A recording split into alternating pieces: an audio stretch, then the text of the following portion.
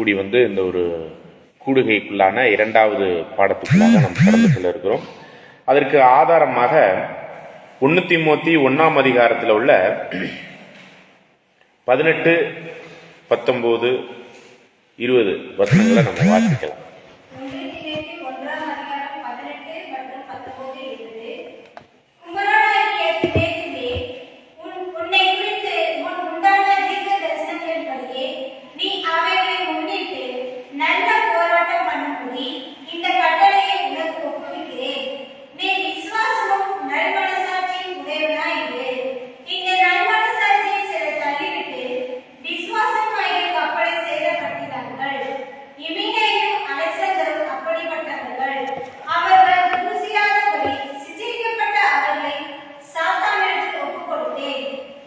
Okay, இப்போ என்னன்னா இது ஒவ்வொருத்தருக்கும் தனித்துவமாக புரிந்து கொள்ள வேண்டிய மிக முக்கியமான ஒரு வசனம்.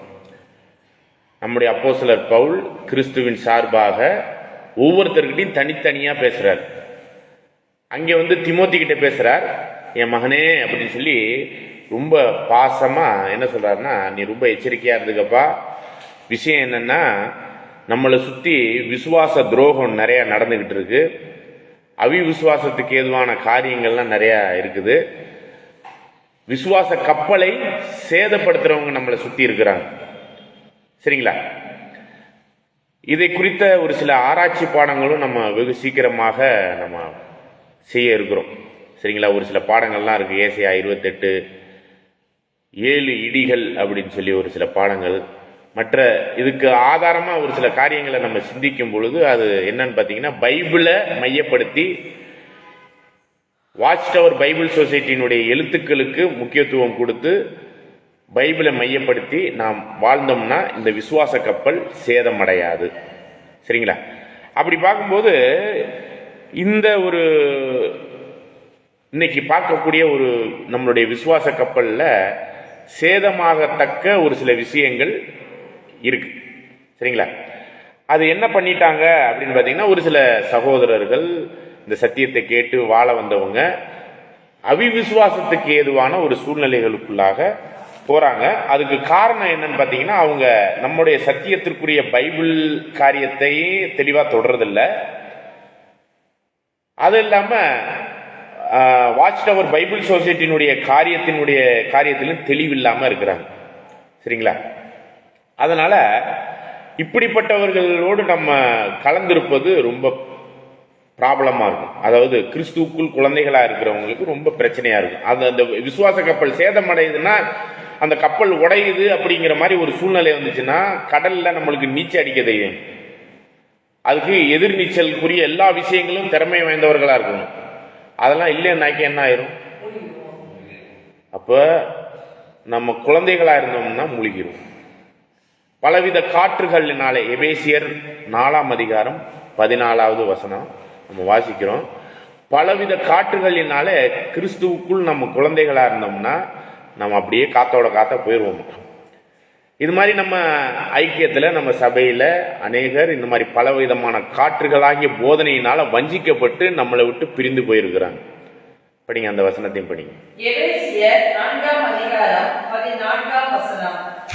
நாம் இனி குழந்தைகளாய் இராமல் மனுஷனுடைய சூதும் வஞ்சிக்கிறதுக்கு ஏதுவான தந்திரமுள்ள போதகமாகிய பலவித காற்றினாலே அலைகளைப் போல அடிபட்டு அலைகிறவர்களாய் இராமல்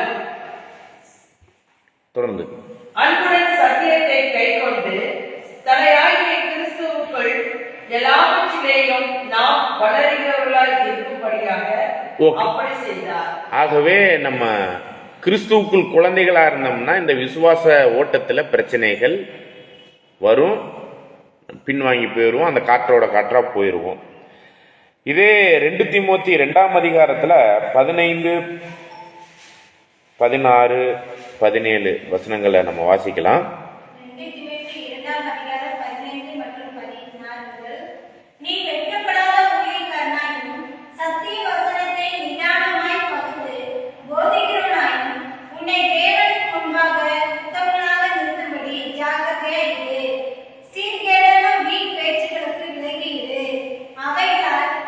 அவர்கள் அதிக அவபக்தி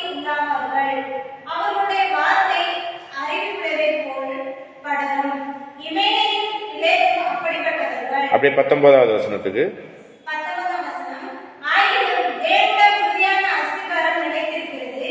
கர்த்தர் தம்முடையவர்களை அறிவார் என்றும், கிறிஸ்துவின் நாமத்தை சொல்கிற எவனும் அநியாயத்தை விட்டு விலகக் கடவன் என்பதும் அதற்கு முத்திரையாய் இருக்கிறது. 14வது வசனத்தை 4.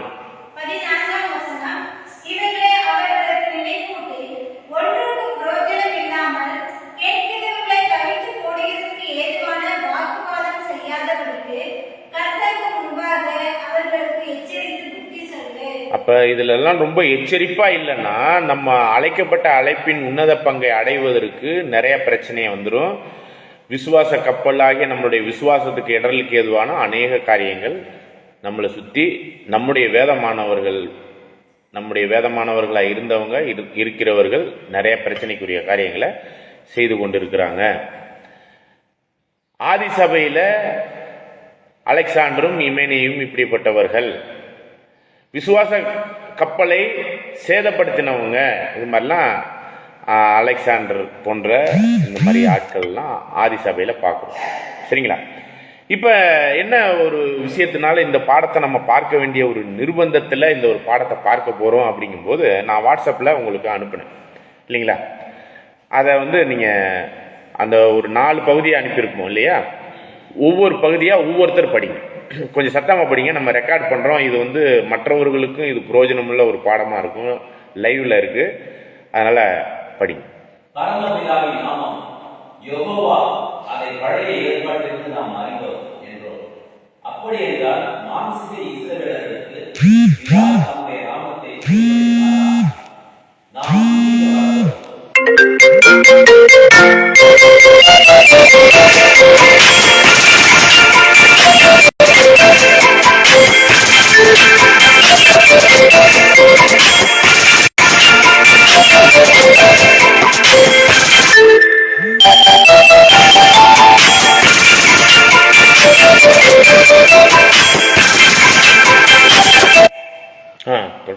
தொடங்க. மாம்சத்தில் வெளிப்பட்டு ஈடுபலிக்காகவும் விசேஷித்தமானவரான பரமபிதாவின் பிள்ளை வகுப்பார் ஆவதற்காக தெரிந்து கொள்ளப்பட்டவர்களுக்கு பரமபிதாவையும் அவர் நாமத்தை எங்கேயும் வெளிப்படுத்தவில்லை, சகோதரராக தன்னையும் வெளிப்படுத்துகிறார். ஓகே, இதெல்லாம் உங்களுக்கு புரியுதா புரியலையாங்கிறதுல பாட்டு தான் படிச்சிருக்கீங்களா பிரதர்? பாட்டு முடிச்சிருச்சா? ரெண்டாவது பாட்டை படி.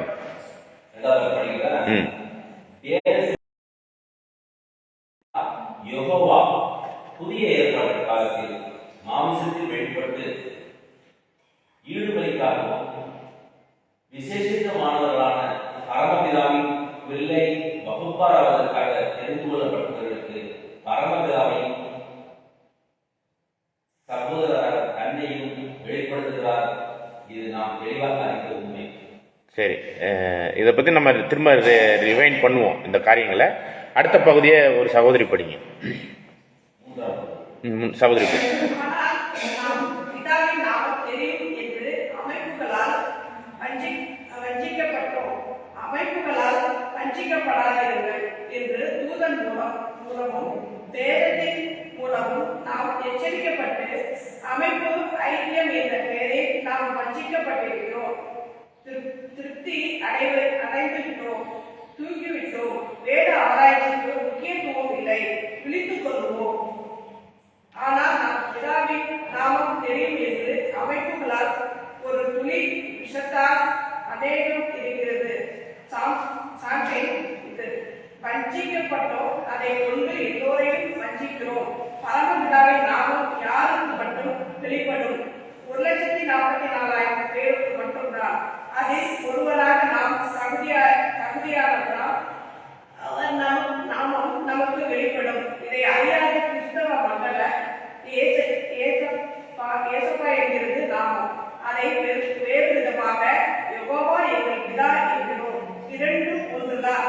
மாம்ச ரீதியாக நாமம் என்றால் பெயர் என்று வேதத்தில் தேடி இயேசுவின் நாமத்தை பிதாவுக்கு பயன்படுத்துகிறோம். பிதாவுடைய நாமம் எல்லோருக்கும் பகிரங்கமாக தெரிந்து விடுமா? ஓகே, இப்போ இதெல்லாம் வந்து ரொம்ப டீப் ஸ்டடி பண்ண வேண்டிய ஒரு கேள்வி பதிலுங்க. அதாவது அந்த அந்த பாயிண்ட்ஸை ஃபுல்லாக படிச்சிருவோம், சரிங்களா? அடுத்த இதை படிங்க, அடுத்த பகுதியை. ஜெபத்தில் வேறு வேற சகோதரி படிங்க, வேற சகோதரி. பிதாவுடைய நாமம் எல்லாருக்கும் பகிரங்கமாக தெரிந்திருக்குமா? ஜெபத்தில் வேறு பிதா நாமம் சொல்லித்தான் ஜெபிப்பார்கள். அநேகர் யெகோவா சாட்சிகள் நம்மை விட ஒரு படி மேலே போய் எப்போதும் யெகோவாவில் வரும் பிஎஸ் சாய் ஜே.டபிள்யூ குமாரத்தி இதுவெல்லாம் உங்களுக்கு சொல்லித்தர வேண்டியதில்லை. மகா பாபிலோன் அமைப்புகளுக்கு எச்சரிக்கையாய் இருங்கள். நமக்கு பிதா குமாரன் அவர்களிடமிருந்து வருகிற பரிசுத்த ஆவி தூதன் நமக்கு காட்டிய வழி புரியும் என்று நினைக்கிறேன். வேத ஆராய்ச்சி முக்கியம், சபை அமைப்பு பெயர் முக்கியம் அல்ல. மாம்சம் நம்மை விடுமா? உலகத்துக்கே பிதாவின் நாமத்தை தெரியப்படுத்துகிறார்களாம். என்ன ஒரு வஞ்சனை! ஓகே, அடுத்த பாட்டையும் படிச்சிருங்க. பிதா இல்லை என்று நான் சொல்லவில்லை. அவர் நாமம் தெரியும், எல்லாருக்கும் அறிவிக்கிறேன் என்று வஞ்சிக்கப்படாதீர்கள். குமாரனே அதை சீஷர்களுக்கு எங்கேயும் புதிய ஏற்பாட்டில் தெரிவிக்கவில்லை. வேதத்தில் எங்கும் பிதாவின் நாமம் இல்லை, தேட வேண்டாம். நான் அமைப்பு அல்ல, எந்த அமைப்பிலும் நான் அல்ல.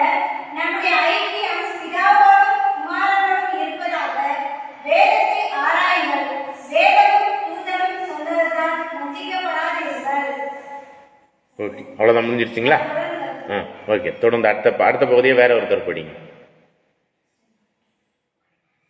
நான் வேதமானவன், நான் யெகோவா விட்னஸ், பிதாவின் நாமம் தெரியும் என்ற பெருமை கொள்வதை நிறுத்திவிட்டு நீங்கள் யாரா வேண்டுமானாலும் இருந்துட்டு போங்க.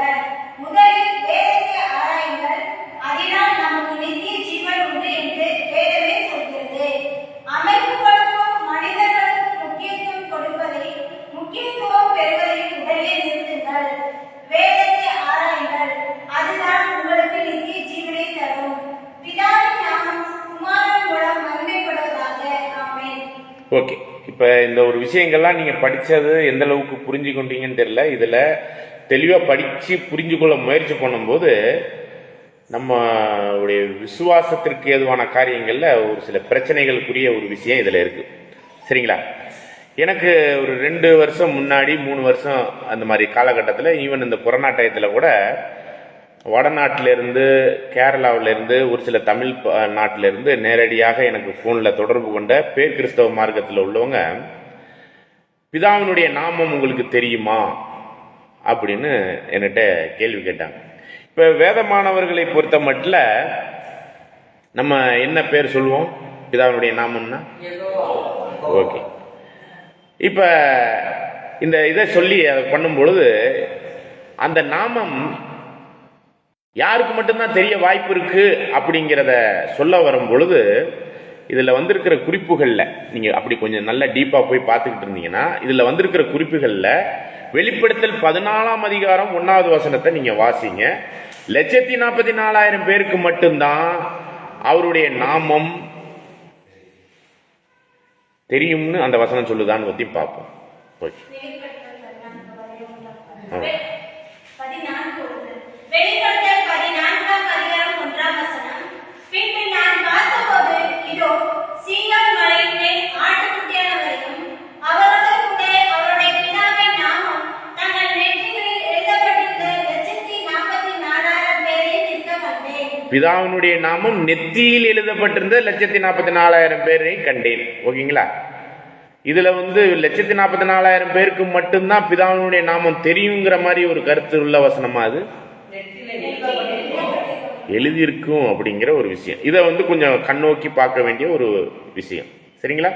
ஓகே, இதை நான் என்னுடைய அனுபவத்தில் நான் சொல்லும்போது 3 வருடம் 2 வருஷம் இந்த கொரோனா டயத்துலலாம் ஒரு சில பேர் என்கிட்ட பல பேர் கிறிஸ்தவ மார்க்கத்திலேருந்து தொடர்பு பண்ணி நம்மள்கிட்ட பேசும் பொழுது பிதாவினுடைய நாமம் அப்படிங்கிறது யெகோவா என்ற நாமம்லாம் இல்லை. என்ன இல்லை? அதை தான் இந்த ஒரு தொடர்ந்து நீங்கள் வாசித்தீங்களே மொபைலில், அதுல சொல்லப்படும் பொழுது அது யாருடைய நாமம் அப்படின்னா தூதனுடைய நாமம் தான், பிதாவினுடைய நாமம் அல்ல. யெகோவாங்கிறது தூதனுடைய நாமம் அப்படின்னு வலியுறுத்தப்பட்டிருக்கு. இப்ப நீங்க வாசிச்ச ஒரு சில விஷயங்கள் மொபைல்ல வாட்ஸ்அப் மூலமா, சரிங்களா? இந்த காரியங்களை குறித்து பேசி அவங்க பேர் கிறிஸ்தவ மார்க்கத்துக்கிட்ட நம்ம ஒரு சில காரியங்கள் என்ன போய் கேட்டு பேசும் பொழுது,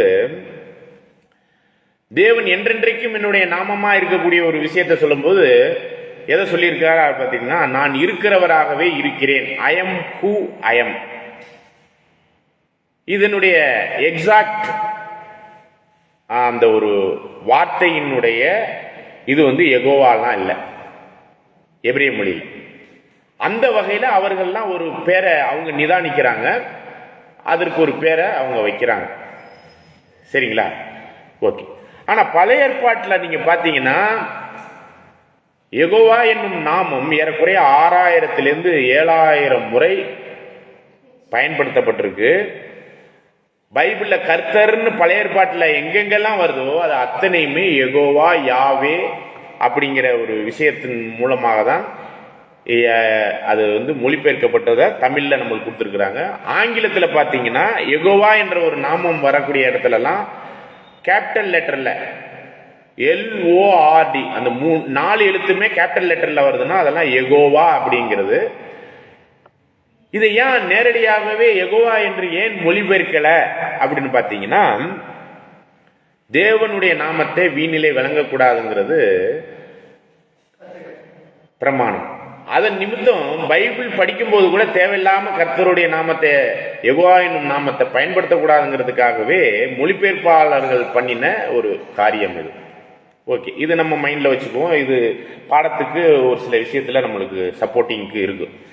அப்ப இதுல இன்னும் ஒரு சில விஷயம் என்னன்னு பாத்தீங்கன்னா, யெகோவாங்கிற நாமம் வேதமானவர்களுக்கு மட்டும்தான் தெரியுமா?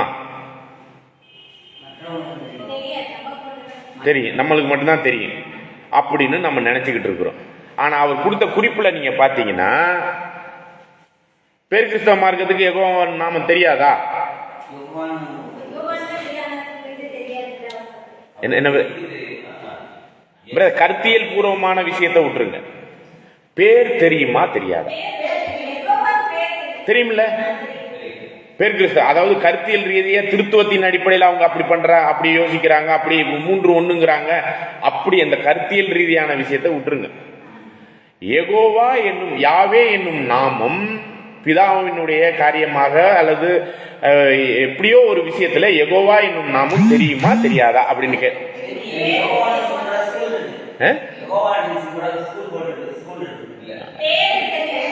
எல்லாருக்கும் பேர் தெரியும். இப்ப நான் இன்னொரு விஷயம் சொல்றேன் பாருங்க. இப்ப கேரளாவில் ஒரு சம்பவம் நடந்துச்சு. என்ன நடந்துச்சு? யெகோவா விட்னஸ்ல ஒரு பாம்பு பிளாஸ்ட் ஆகி 2-3 பேர் செத்துட்டாங்க.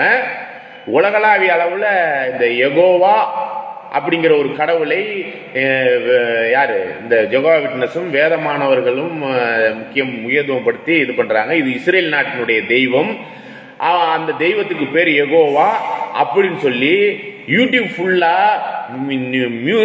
மீடியா ஃபுல்லா, நியூஸ் ஃபுல்லா, பேப்பர் ஃபுல்லா எல்லா இடத்துலயும் யெகோவாங்கிற நாமம், அதாவது கிறிஸ்தவர்களுக்கு மட்டும் இல்ல உலகத்துக்கே தெரிகிற அளவுக்கு யெகோவாவினுடைய நாமம், நம்முடைய பிதாவினுடைய நாமம் எல்லாருக்கும் தெரியும். இது சாம்பிளுக்கு தான் நான் சொல்றேன். அதனால நம்ம யெகோவா என்னும் நாமம் யாருக்கும் தெரியாதுன்னா நம்ம சொல்ல முடியாது. சரி, அப்ப நம்ம எப்படி தெரிஞ்சுக்கிட்டோம்? நம்மளுடைய அடிப்படை பாடத்துல இப்படிதான் சொல்லி கொடுக்குறோம். எப்படி சொல்லி கொடுக்குறோம்? அப்பான பேர் தெரியுமா? அப்பா பேர் தெரியாம நம்ம இருந்துட்டோம் தெரியுமா? இப்படி சொல்லும் போது நம்மளுக்கு என்ன ஆயிருக்கு தெரியுங்களா? இப்படி கேள்வி கேட்டா என்ன ஆகும்? சாதாரண மனுஷர்கள்ட்ட இந்த ஒரு கேள்வி கேட்டா என்ன ஆகும்னா, ஏய் என்னடா இப்படி கேள்வி கேட்டுட்ட அப்படிங்கிற ஒரு மைண்ட் வந்துடும். அப்பன் பேர் தெரியாத ஆளானா அப்படிங்கிற அளவுக்கு அந்த எமோஷனலா கொண்டு போய் அந்த பாடத்தினுடைய கருத்தியல் பூர்வமான விஷயங்கள் ஒரு பக்கம் இருக்க, கருத்தியல் பூர்வமா நம்மளுக்கு எதுக்கு? பிதா தனித்துவம் உள்ள ஒரு தேவன், குமாரன் தனித்துவம் உள்ள ஒரு கர்த்தத்துவம் உள்ள ஒரு ஆண்டவர், பரிசுத்தாவி அவருடைய பிதாவினிடத்திலிருந்து வருகிற வல்லமை, கிறிஸ்துவினிடத்திலிருந்து வருகிற சத்தியத்தின் ஆவியாக ஒரே ஆவியாக செயல்படுது அப்படிங்கிறது கருத்தியல் பூர்வமான திருத்துவத்தை உடைத்து நொறுக்கக்கூடிய ஒரு விஷயத்துல வேத ரீதியாக நம்ம ஆராய்ச்சி பண்ணி அதுல நம்ம பார்ப்போம்.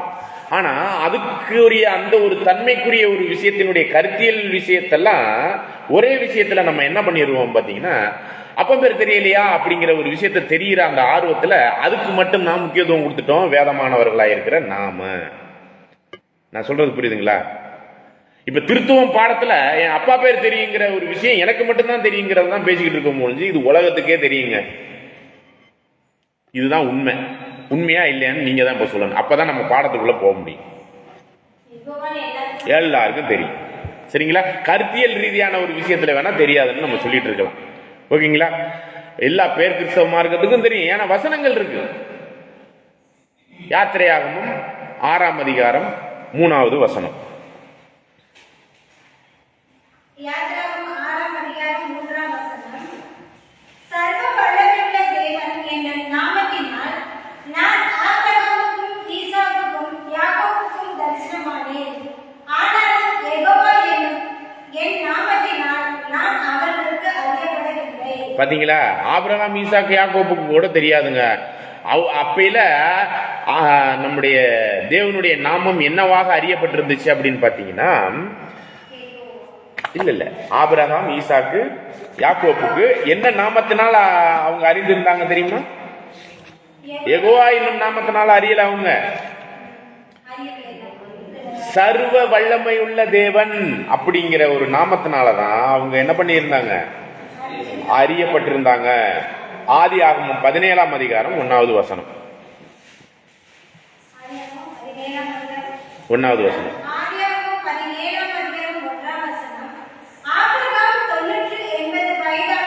99 வயதான போது 9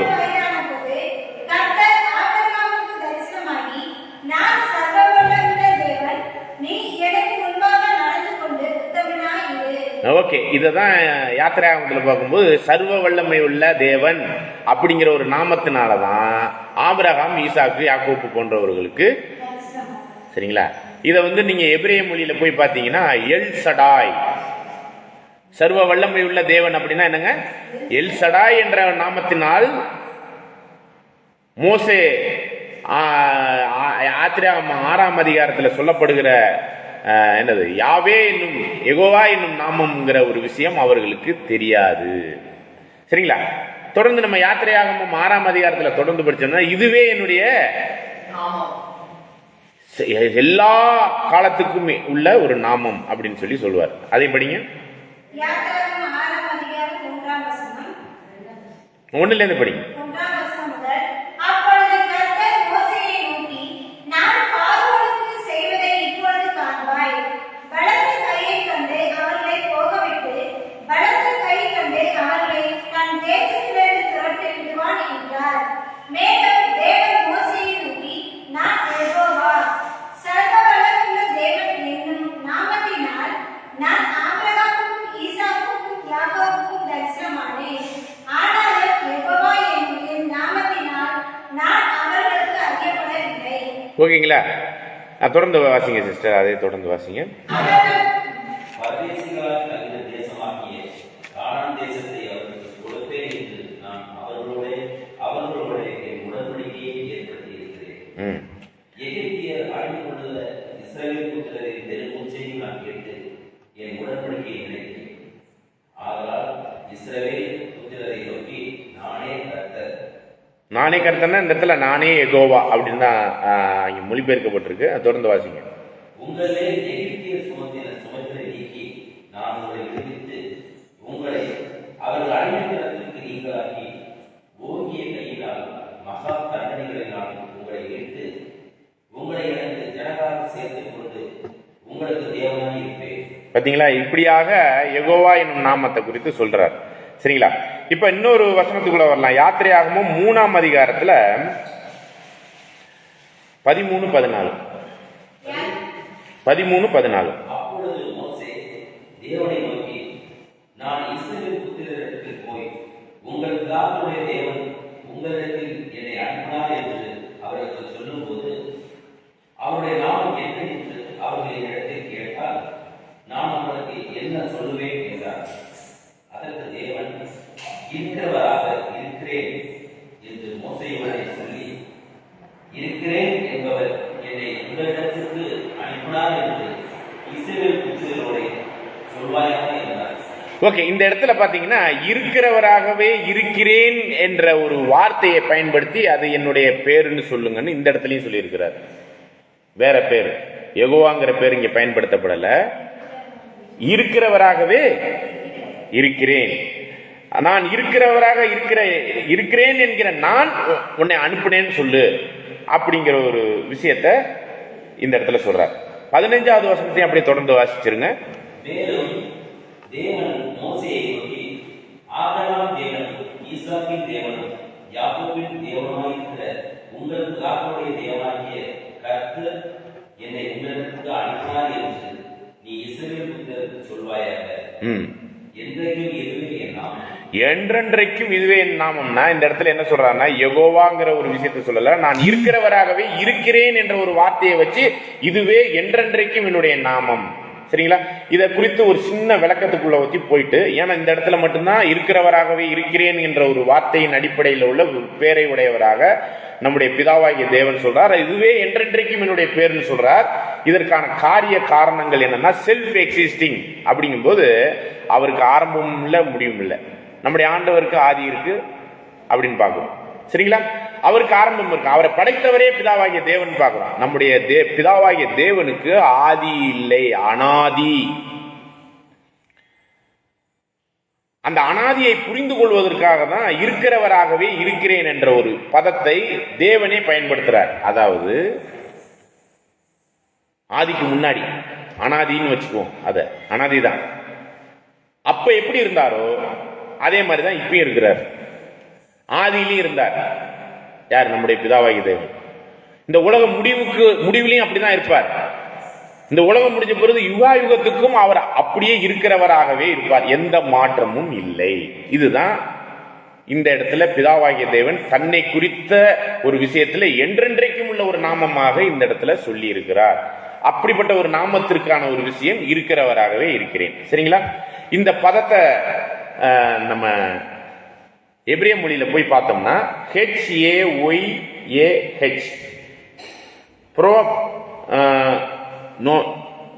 ப்ரோனோமிக்ல, அதாவது அதனுடைய இதை நம்ம தெளிவா படிக்கணும்னா HAWYAW. இதை எப்படி ப்ரொனவுன்ஸ் பண்ணலாம்? HAWYAW இதை எப்படி ப்ரொனவுன்ஸ் பண்ணலாம்னு கேட்கிறேன். இதை எப்படி உச்சரிக்கலாம்? HAWYAW.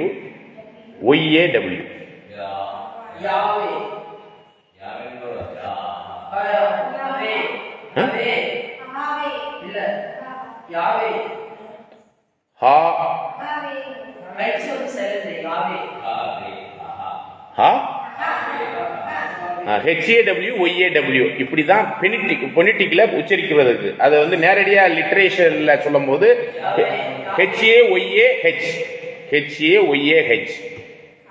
இது எப்படி ப்ரொனவுன்ஸ்? யா, அவ்வளவுதான். அதான் இருக்கிறவர் அப்படிங்கிறதுக்கு அர்த்தம் என்னன்னா யா. ஓகேங்களா? சரி, ஓகே. அப்ப இது ஒரு விஷயத்தை நம்ம பேசிக்கா இருக்கக்கூடிய ஒரு சில விஷயத்தை நம்ம இதுல புரிஞ்சுக்கலாம். சரிங்களா? யா, அவ்வளவுதான். இருக்கிறவர் அப்படிங்கிற ஒரு விஷயத்துக்கான ஒரு முகாந்திரத்தை இந்த இடத்துல பார்த்தாச்சு. சரி, இப்ப நம்ம என்ன பிரச்சனை? பேர் கிறிஸ்தவ மார்க்கத்திலையும் சரி, நம்ம வேத மாணவர்கள் மத்தியில இப்போ புதுசா வந்திருக்கிற விஷயம் என்னன்னா, பழைய ஏற்பாடு முழுவதிலும் நம்முடைய ஆண்டவர் தான் தரிசனமானார் எல்லா இடத்துலையுமே. ஆதியில ஏதேன் தோட்டத்திலேருந்து ஆதியிலேருந்து மனிதனோடு மற்ற ஏனைய காரியங்களோடு டீல் பண்ணதெல்லாம் யார் தான்? பிதாவாகிய தேவனா, நம்முடைய ஆண்டவராகிய யாசுவா மெசியாவா? அப்படிங்கிறப்ப அங்கே யாருடைய பிரதிநிதியா வந்து அவர் செயல்பட்டாரு? பிதாவினுடைய பிரதிநிதி. இதை குறித்து தூதன் நிலைமையினுடைய விஷயத்தெல்லாம் பார்க்கும்போது யாத்திரை ஆமத்துல எல்லாம் பார்க்கிறோம். எப்படி பார்க்கிறோம்? அவர் வந்து என்னுடைய நாமம் அவருக்குள்ள இருக்கும் அப்படின்னு சொல்லி பிதாவாகிய தேவனே யாரை குறித்து சாட்சி கொடுக்கிறாரு? குமாரனை குறித்து சாட்சி கொடுக்கிறார். இல்லைங்களா? படிக்கலாம் பாருங்க. யாத்திரையாகமம் 23ஆம் அதிகாரத்துல 21வது வசனம். யாத்ராகமம் 23ஆம் அதிகாரம் 21ஆம் வசனம். அவர் சமூகத்தில் எச்சரிக்கையாய் இருந்து 20லேருந்து படிங்க, அப்பதான் புரியும். வழியில் உன்னை காக்கிறதற்கும் நான் ஆயத்தப்படுகிற ஸ்தானத்துக்கு உன்னை கொண்டு போய் சேர்க்கிறதற்கும் இதோ நான் ஒரு தூதரை உனக்கு முன்னே அனுப்புகிறேன். அவர் சமூகத்தில் எச்சரிக்கையாய் இருந்து அவர் வாக்குக்கு செவி கொடு. அவரை கோபப்படுத்தாதே. உங்கள் துரோகங்களை அவர் பொறுப்பதில்லை. என் நாமம் அவர் உள்ளத்தில் இருக்கிறது. என் நாமம் அவர் உள்ளத்தில் இருக்குன்னு சொன்னாரா, என் நாமம் அவருக்கு இருக்குன்னு சொன்னாரா? ஓகே. அப்ப யெகோவா பிதாவாகிய தேவனுடைய நாமம் அந்த தூதனா இருக்கக்கூடிய நம்முடைய ஆண்டவருடைய உள்ளத்தில் இருக்குது. அப்பனா நம்முடைய ஆண்டவருக்கு யெகோவாங்கிற பேரை கொடுக்கலாமா, கொடுக்க கூடாதா? கொடுக்கலாமா, கொடுக்க கூடாதுங்களா? இல்ல, அவரு யெகோவானா இருக்கிறவரான்றது உருவாக்கமுள்ள அதான் கிடையாது. அதுக்கு பொருந்துமா? சரி, ஆண்டவர் முதலாம் வருகையில மனுஷனா வரும்போது யாருடைய நாமத்தினால வந்ததா சொன்னாரு? யாருடைய நாமம்? நான் பிதாவின் நாமத்தினால வந்ததே பிதாவின் நாமத்தினாலதான். அந்த நாமத்தை தரித்து கொள்ளும்படி பிதா அதிகாரம் கொடுத்துட்டாருங்க. யாருக்கு கொடுத்துட்டாரு? மனுஷனா வரும்போது. அதுக்கு முன்னாடி தூதனா வரும்போதும் அவருடைய நாமத்தை நீனும் பயன்படுத்திக்கங்கிற அளவுக்கு தான் எல்லா இடத்துலையுமே யெகோவா அப்படிங்கிற ஒரு நாமத்தினாலதான் நம்முடைய தூதனான மிகாயேல் தூதன் அநேக இடத்துல தரிசனமாயிருக்கிறார். ஆனா பேர் யாருடையது? சரிங்களா? பரிசுத்தாவி யார் நாமத்தினால வரும்? நம்முடைய ஆண்டவராய் இயேசு கிறிஸ்து யாசுவா மெசியாவின் நாமத்தினாலதான் அனுப்புறேன்னு சொன்னார், பிதாவினுடைய நாமத்தில் இல்ல. நல்லா கவனிங்க, பிதாவினுடைய நாமத்தினால நம்முடைய ஆண்டவர் செயல்பட்டார். பரிசுத்தாவி யாருடைய நாமத்தினால? நம்முடைய ஆண்டவருடைய நாமத்தினால, யாசுவா மெசியாவின் நாமத்தினால செயல்படும். அப்படிங்கும்போது இந்த பேர்லாம் பிரச்சனை எல்லாம் இல்லைங்க. சரிங்களா? இப்போ உதாரணத்துக்கு ஒருத்தர் பேர் 10 பேருக்கு இருக்கிறதா வச்சுக்குவோமே. 10 பேருக்கு நம்ம பேர்லாம் இருக்கு இல்லையா, எல்லாருக்குமே ஒரே பேரா இருக்குன்னு வச்சுக்கோங்க. சும்மா ஒரு கருத்துக்காக சொல்றேன். இப்ப எல்லாருக்கும் ஒரு பேர் வைப்போமே. என்ன பேர் வைப்போம் சொல்லுங்க? சும்மா சொல்லுங்க. மணவாட்டினே வைப்போமே. மணவாட்டிங்கிறதா நம்ம எல்லாருக்குமான பேர். இன்னும் சொல்ல போனா மணவாட்டிக்கு ஒரு பேர் என்னன்னாக்க ரைட்டிங்ஸ்ல யாசுவா என்னும் தலையினுடைய பேர் தான் நம்மளுக்கெல்லாம் இருக்கணுமா. சரிங்களா? அப்ப அந்த மணவாட்டிங்கிற யாசுவாங்கிற பேருடையவர்களா இருக்கிற நம்மளை இப்ப கூப்பிடணும். யாசுவா அப்படின்னு சொன்னா நீ யார் பதில் சொல்ல போற சொல்லுங்க? உங்க பேரெல்லாம் யாசுவான்னு வச்சுக்கோங்க. எல்லாருமே தானே பதில் சொல்லணும். சரி, இப்ப பர்டிகுலரா ஒருத்தர்கிட்ட போய் பதில் கேட்கணும்னா அது நான் எப்படி பேசுறது? அப்படின்னா யாசுவா தானே பேர் எல்லாருக்கும். என்னது? அப்பா பேர். ஓகே. அப்ப இதுதான் என்னன்னா, நம்மளுக்கு தேவன் வைத்த பேர் அப்படிங்கிறதுல பொதுவான ஒரு பேரு யார் வேணாலும் பயன்படுத்திக்கலாம். ஆனா யாருக்கே உரியதுங்கிறது அந்த பேர் இருக்கு இல்லையா, அது அவருக்கே உரியதுதான். இப்ப கணவன் மனைவின்னு வச்சுங்களேன், கணவனுடைய பேரை மனைவி என்ன சொல்லுவாங்க? பயன்படுத்திக்குவாங்க, போட்டுக்குவாங்களா இல்லையா? அதேதான் கிறிஸ்துவின் தலையாகிய கிறிஸ்துவின் பேரை நம்ம போட்டுக்கிறோம். அப்படிங்கிறப்ப பிதாவாகிய தேவனுடைய பேரை குமாரனுக்கும் சபைக்கும் தேவன் அந்த ஒரு காரியத்தில் என்ன பண்ணியிருக்கிறாருனாக்க, மீனா குமாரனுக்கு என் பேருனால நீ போப்பா அப்படின்னு சொல்றாரு. இதை குறித்த வேதத்தினுடைய ஆராய்ச்சிகள்லாம் நிறைய இருக்கு. சரிங்களா? ஓகே. இப்ப நம்மளுக்கு இந்த யெகோவா என்னும் நாமம் வேதமானவர்களுக்கு மட்டும்தான் தெரியுமான்னு கேள்வி கேட்டா என்ன சொல்லலாம்? எல்லாருக்கும் தெரியுங்க. யெகோவா விட்னஸ்ல இருந்து உலகத்தார் இன்னைக்கு கேரளா சம்பவம், அந்த குண்டு வெடிப்புக்கு அப்புறம் எல்லாருக்குமே யெகோவா என்னும் நாமம் எல்லாருக்குமே தெரியும், உலகளாவிய அளவுல தெரியும். நான் இந்த சம்பவத்தை மட்டும் வச்சு சொல்லல. யெகோவா விட்னஸ்னு ஒரு சபையே இருக்குது. அது உலகளாவிய அளவுல உள்ள சபை, அது எல்லாருக்கும் தெரியும். இஸ்ரேல் நாடு கும்பிடுற தெய்வம் யெகோவா அப்படிங்கிறதுலாம் உலகத்துக்கே தெரியும். இது என்னமோ வேதமானவர்கள் புதுசா நாங்க தான் கண்டுபிடிச்சோம், எங்களுக்கு தான் தெரியும், மற்றவங்களுக்கு எல்லாம் தெரியாதுன்னு சொல்றதெல்லாம், இதை வச்சு நம்மளை என்ன பண்ணி நம்மளை குருட்டாட்டத்துக்குள்ள கொண்டு போறாங்க. பேர் கிறிஸ்தவ மார்க்கத்தில் உள்ள ஒரு சில பேர், உங்களுக்கு இந்த யெகோவாங்கிற நாம எல்லாருக்குமே தெரியும், ஆனா ஒரு சிலருக்கு மட்டும்தான் 1,44,000 பேருக்கு மட்டுமே தெரியக்கூடிய ஒரு பேர் ஒன்று இருக்கு, அது உங்களுக்கு எல்லாம் தெரியாது அப்படின்னு சொல்லி பேர் கிறிஸ்தவ மார்க்கத்தில் சொல்றாங்க. அதே மாதிரியான சூழ்நிலையில இன்னைக்கு வேதமானவர்கள்ல சில பேர் யெகோவா நாம எல்லாருக்குமே தெரியுங்க, ஆனா 1,44,000 பேருக்கு மட்டும் தெரிந்திருக்க வேண்டிய ஒரு பேர் இருக்கு, அது வேதமானவர்களுக்கு எல்லாம் தெரியாது. புரியுதுங்களா? இப்படிதான் நம்மளை குழப்பத்துக்குள்ள கொண்டு போறாங்க. இது எதுக்காக இந்த பாடம் பார்க்கிறோம்னா, நம்ம விசுவாசம் அவிசுவாசத்துக்கு ஏதுவான காரியத்துக்குள்ள நம்முடைய விசுவாச கப்பல் சேதமடைகிறதுக்கு நிறைய பேர் இப்படி எல்லாம் செயல்படுறாங்க. சரி, இந்த பேர் உலகத்துக்கெல்லாம் தெரியுமா தெரியாது? இதை ஃபர்ஸ்ட் நம்ம அதாவது வெளியரங்கமாவே அவர் தான் தேவன், அவர் பேர் யெகோவா அப்படின்னு உலக ஜனங்கள் அத்தனை பேருக்கும் தெரியுமா, தெரிய வருமா வராதா? இன்னைக்கு ஓரளவு பேர் மட்டும் ஏதோ தெரிஞ்சிருக்கு, பிதா யார், குமாரன் யார், பரிசுத்தாவி யார் அப்படிங்கிறது உலக ஜனங்கள் அத்தனை பேருக்குமே ஒரு காலகட்டத்தில் யெகோவா என்னும் நாமத்திற்குரிய ஒரு விஷயத்துல தெரிய வருமா வராதா? வருமா வராதுங்க? வரும். அது எப்போ வரும்? அப்ப எல்லாருக்குமே தெரிய வரும் தானே. அப்ப 1,44,000 பேருக்கு மட்டும் தான் தெரியும்னு வெளிப்படுத்தல் 14:1 வச்சு நம்ம எப்படி பேச முடியும்? திரும்பவும் நான் சொல்றேன், எல்லாருக்குமே தெரியுமே யெகோவா என்னும் நாமும் சரி, திரள் கூட்டத்துக்கு தெரியாதா? இல்ல, உலக ஜனங்களுக்கு கருத்தியல் பூர்வமா அது கரெக்டா தெரியாது. உங்க கருத்தை நம்ம எடுத்துக்குவோம், ஏற்றுக்கொண்டவருங்க நாம. அப்படி ஏற்றுக்கொண்டவங்கல்ல வெளிப்படுத்தல் 14:1 படி 1,44,000 பேருக்கு மட்டும்தான் தெரியும், தெளிவா தெரியும், திரள் கூட்டத்துக்கு தெரியாதுன்னு எடுத்துக்கலாமா?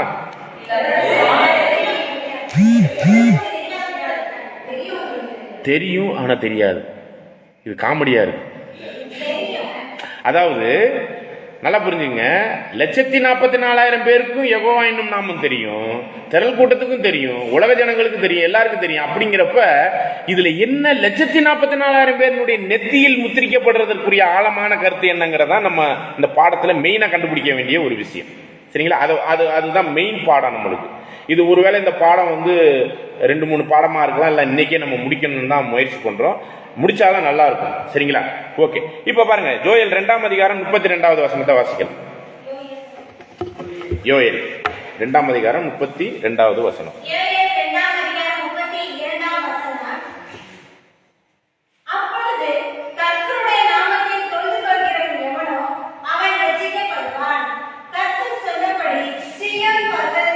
பாருங்க, இந்த வசனம் படிச்சுட்டு அப்பொழுது கர்த்தருடைய நாமத்தை தொழுது கொள்கிறவன் ரட்சிக்கப்படுவான்னு சொல்லப்படுது இல்லையா? நல்லா கவனிங்க.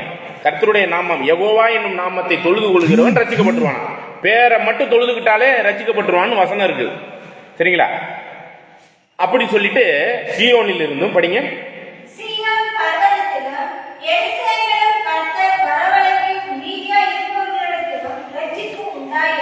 அப்ப அந்த ரட்சிப்பு யார் மூலமா எதற்குள்ளாக கிடைக்கும் அப்படின்னு பாத்தீங்கன்னா, சீயோன், ஜெருசலேம். அப்படின்னா சீயோன் லேக் அண்ட் 44, ஜெருசலேம் திரள் கூட்டம், என்ன சொல்லணும்னா முற்பிதாக்களுக்கு அடையாளமாக, இஸ்ரேல் ஜனங்களுக்கு ஒரு அடையாளமாக கூட சொல்லி நம்ம இதை விளக்கலாம். சரிங்களா? அப்படிங்கும்போது அந்நாளிலே முத வார்த்தை படிங்க, அப்பொழுது. அப்படிதானே? அப்பொழுதுனாலே என்னங்க? 1000 வருட அரசாட்சியில அவருடைய நாமத்தை யார் தொழுது கொள்வாங்க?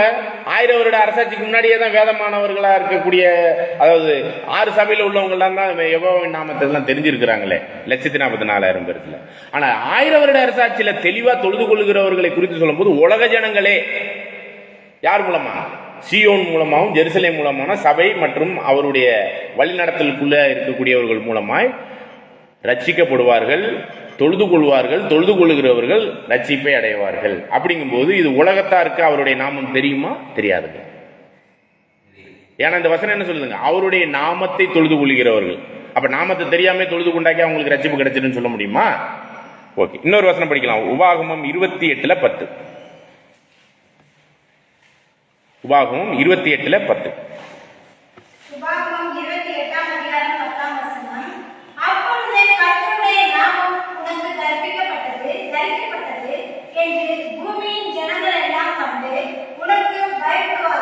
பாருங்க, பூமியின் ஜனங்கள் எல்லாம் இஸ்ரேல் உலகஜனங்களுக்கான ஒரு ஆசீர்வாதத்தின் அடிப்படையில் இந்த இடத்துல என்ன சொல்லப்படுது? பூமியின் குடிகள் எல்லாமே அறிஞ்சுக்குவாங்கன்னு சொல்லப்பட்டிருக்குல்ல. அது எப்படி லேக்கன் 44க்கு மட்டும்தான் தெரியும்னு சொல்ல முடியும்? நான் சொல்ற பாயிண்ட் புரிஞ்சுச்சிங்களா? அப்ப இந்த பேர் வந்து எல்லாருக்குமே தெரிய வரக்கூடிய பேர் தான். எந்த பேர்? சரிங்களா? ஓகே. அப்ப இந்த ஒரு இடத்துல உலக ஜனங்கள் எல்லாருமே அறியக்கூடிய ஒரு நாமமாகவும் தான் இருக்கும் அப்படிங்கறதான் ஒரு விஷயம். 1 ராஜாக்கள் 8ஆம் அதிகாரம் 43, 44 வசனங்களையும் வாசிக்கலாம். 43, 44.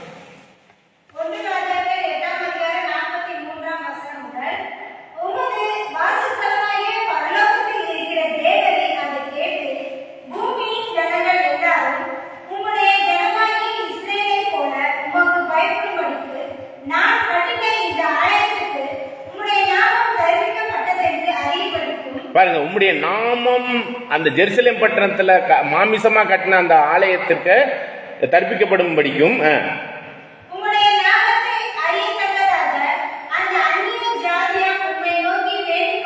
பாருங்க, அந்நிய ஜாதியார்களா உம்முடைய நாமத்தை அறியத்தக்கதாக. அப்படின்னா உலக ஜனங்களுக்கு எல்லாம் இந்த பேர் தெரிய வருமா வராதுங்களா? கிளியரா இருக்கு, இந்த விஷயங்கள்லாம் கிளியரா இருக்கு. ஆனா தாவீது கட்டினாரா? ஆலயம் இல்ல. சாலமோன் கட்டினாரா? கட்டினார். ஆனா இன்னைக்கு தரமட்டமாயி இருக்கு. அப்ப அந்த ஆலயம் யாரு? நாம் தான் அந்த ஆலயம். அந்த ஆலயத்துக்கு தலை யாரு? கிறிஸ்து. கிறிஸ்து அவருடைய சரீரங்கமாகிய இந்த ஆலயம். இந்த ஆலயத்தின் மூலம் யாருடைய நாமம் எல்லாருக்கும் தெரிய வரும்? லேக்கன் 44 மூலமா 1,44,000 பேரா இருக்கக்கூடிய அவருடைய ஆலயமா இருக்கிற அந்த சபையின் மூலமாக, ஆலயத்தின் மூலமாக உலகம் அத்தனை பேருமே இந்த ஆலயத்திலிருந்து அவருடைய நாமத்தை அறிவார்கள். இதுதான் சீயோன். இது ஜோயல்லையும் படிச்சோம். சரிங்களா? 43 படிச்சிட்டீங்களா சிஸ்டர்? படி.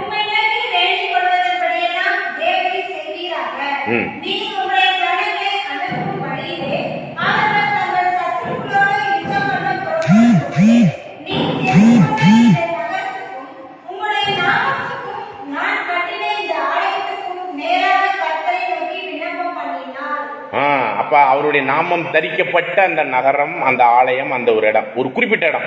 அப்ப அந்த குறிப்பிட்ட இடத்துக்குரிய ஒரு விஷயம் இன்னைக்கு ஃபுல்லாவே சர்ச்சையா இருக்கு. இன்னைக்கு கோயிலே இல்லை. அப்ப உண்மையான ஆவிக்குரிய கோயில் யாருன்னா நாம் தான். இந்த லேக்கன் 44, இந்த லேக்கன் 44 மூலமாக எல்லாருக்கும் என்ன போய் சேருங்க? எல்லா வகையான ஆசீர்வாதங்கள், ஜெபங்கள் எல்லாமே கிறிஸ்து இன்னைக்கு மத்தியஸ்தரா உலகத்துக்கு இருக்கிறது போல கிறிஸ்துவின் சரீரங்கமும் சேர்ந்து மொத்தமாக பிதாவாகி தேவனுக்கு உலக ஜனங்களுக்கு என்ன மத்தியஸ்த வேலையை செய்யும். சபையும் சேர்ந்து தான் செய்யும். ஏன்னா சபை இன்னும் பூரணப்படல, தலை மட்டும்தான் ரெடி ஆயிருக்கு, சரீரமும் ரெடி ஆயிருக்குன்னா முழு சரீரங்கமும் மத்தியஸ்த வேலைக்குரிய அந்த காரியத்தை செய்யும். அப்ப அதுக்குரிய விஷயத்துல எல்லாருமே தேவனிடத்துல ஜெபத்துக்கோ மற்ற எல்லா ஆசீர்வாதங்களுக்குள்ளோ வரணும்னா யார் மூலமா தான் வரணுங்க? சபை கிறிஸ்து என்னும் தலைமையில பிதா கிட்ட. அப்ப இது எல்லாருக்கும் போகக்கூடிய ஆசீர்வாதம்லாம் யாருடைய நாமத்தினால போகுங்க? பிதாவாகிய தேவனை அறிகிற அறிவினுடைய ஞானம் அவர்களுக்கும் போகும் அப்படிங்கிறதா இந்த வசனம். 1 நாளாகமம் 16ஆம் அதிகாரம் 8வது வசனம்.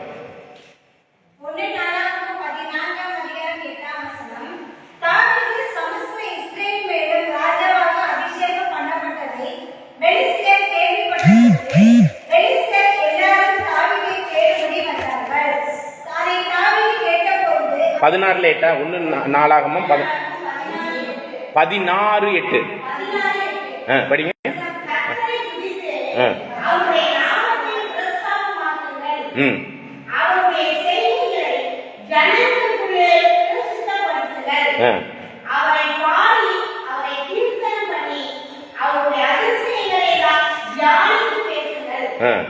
இப்ப இந்த இடத்துல என்ன சொல்லப்படுதுங்க? அவருடைய பிரஸ்தாபப்படுத்துனா அந்த ஒரு விஷயத்தை, அவருடைய நாமத்தை பிரஸ்தாபப்படுத்தி எல்லாருக்கும் போய் சேர்க்க வைக்கிறது காரியத்துக்குரிய ஒரு சபையினுடைய முக்கியத்துவம் வாய்ந்த ஒரு விஷயத்தை இந்த இடத்திலையும் பதிவு பண்ணப்பட்டிருக்கு. அப்படிங்கிறப்ப இந்த நாமம் எல்லாருக்கும் தெரிய வரக்கூடிய நாமம் தான். அப்ப 1,44,000 பேரினுடைய நெத்தியில் எழுதப்பட்டது என்னங்கிறதான் இப்ப நம்ம பாடத்தினுடைய மிக முக்கியமான கரு. ஏன்னா இதை வச்சுதான் நம்மளை குழப்பத்துக்குள்ள கொண்டு போறாங்க. இது 1,44,000 பேருக்கு மட்டும் தெரியற நாமம் இல்லைங்க, தெரிஞ்ச நாமம் மட்டும்தாங்க, மற்றவங்களுக்கு எல்லாம் தெரியாத ஒரு நாமம் ஒண்ணு இருக்கு அப்படிங்கிற மாதிரி கொண்டு போறாங்க. அப்படிங்கும் போது எல்லாருக்குமே தெரிய வர வேண்டிய ஒரு நாமம் என்னதான்? அது யெகோவாவின் நாமத்தை எல்லாருக்குமே தெரிய வர யார் மூலமான? சீயோனாகிய சபை மூலமா எல்லாருக்கும் ரீச் பண்ண வைக்க போறார். சரிங்களா? ஓகே. அப்ப நம்முடைய தேவனுடைய நாமத்தை வீணிலே வழங்கலாமா? யாத்திரையாகமம் 20ஆம் அதிகாரம் 7வது வசனம். யாத்திராகமம் 20ஆம் அதிகாரம் 7ஆம் வசனம். உன் தேவனாகிய கர்த்தருடைய நாமத்தை வீட்டிலே வழங்காதிருப்பாயாக. கர்த்தர் தம்முடைய நாமத்தை வீட்டிலே வழங்குகிறவனை தண்டியாமல் விடார். ஓகே, இப்ப நம்ம யெகோவாவினுடைய நாமத்தை லிட்டரலாவே யெகோவா யெகோவா யெகோவான்னு நம்ம சொல்லிக்கிட்டே இருக்கிறோம். இப்போ பாடத்துல கூட, இந்த பாடத்துல அதிக நேரம் யெகோவாவினுடைய நாமத்தை நம்ம பேசுற மாதிரி ஒரு சூழ்நிலையாகி பேசிக்கிட்டு வேற இருக்கிற மாதிரி இருக்குது. அப்படிங்கிறப்ப வீணிலே விளங்க வேண்டாம் அப்படிங்கும்போது அப்படின்னா என்ன அர்த்தம்? வீட்டிலே நல்ல பொது இடத்துல இருப்பாய். இப்போ நீங்க ஜெகோவா விட்னஸை பார்த்தீங்கன்னா எப்போ பார்த்தாலும் அந்த நாமத்தை தான் யூஸ் பண்ணுவாங்க. சரி, அவங்க செய்யறது கரெக்டா தப்பா அப்படின்னு நம்ம எப்படி சொல்றது? வீணில தான் வழங்கக்கூடாது. அவங்க சாட்சி கொடுக்குறாங்களே, அது என்ன வீணா? தெரியாம சாட்சி கொடுக்கிறாங்க. சரிங்களா? அதாவது விளங்கவே கூடாது, யெகோவாவின் நாமத்தை பேசவே கூடாதுன்னு இருக்கா? அந்த கருத்து என்ன வருது? வீணிலே தேவையில்லாமல் பயன்படுத்தக்கூடாது. சரிங்களா? தேவைப்படும் பொழுது நம்ம அதை பிரசாதப்படுத்துறதுக்கு, நம்ம அப்பா பேர் என்னன்னு பிரஸ்தாபப்படுத்துறதுக்கு அந்த நாமத்தை சொல்லி தானே ஆகணும். அப்ப நாமத்துல வந்துருச்சா விஷயம் அப்படின்னு ஒரு கேள்வி கூட இருக்கு. சரிங்களா? பேர்ல வந்துருச்சா ஏதாச்சும் ஒரு விஷயம் அப்படின்னு கூட நம்ம யோசிக்க வேண்டியவர்களா இருக்கிறோம். ஏன்னா நம்முடைய ஆண்டவர் யோவான் 5ஆம் அதிகாரம் 43 பார்க்கிறோம். யோவான் 5ஆம் அதிகாரம் 43. யோவான் 5ஆம் அதிகாரம் 43ஆம் வசனம். நான் என் பிதாவின் நாமத்தினாலே வந்துள்ளதும் நீங்கள் என்னை ஏற்றுக்கொள்ளவில்லை. வேறொருவன் தன் சுய நாமத்தினாலே வந்தால் அவனை ஏற்றுக்கொள்வீர்கள். ஓகே, அப்ப நம்முடைய ஆண்டவர் எந்த நாமத்தினால வந்தார்? சரிங்களா? பிதாவினுடைய நாமம். அவருடைய பேர் என்ன? இல்ல நம்முடைய ஆண்டவருடைய பேர். சரி, பட்டுக்கோட்டையில் உள்ளவங்க யாசுவாங்கிறீங்க, மற்றவங்க எல்லாம் என்ன சொல்லிக்கிட்டு இருக்காங்க? வேதமானவர் இயேசு, இங்கிலீஷ்ல ஜீசஸ். சரிங்களா?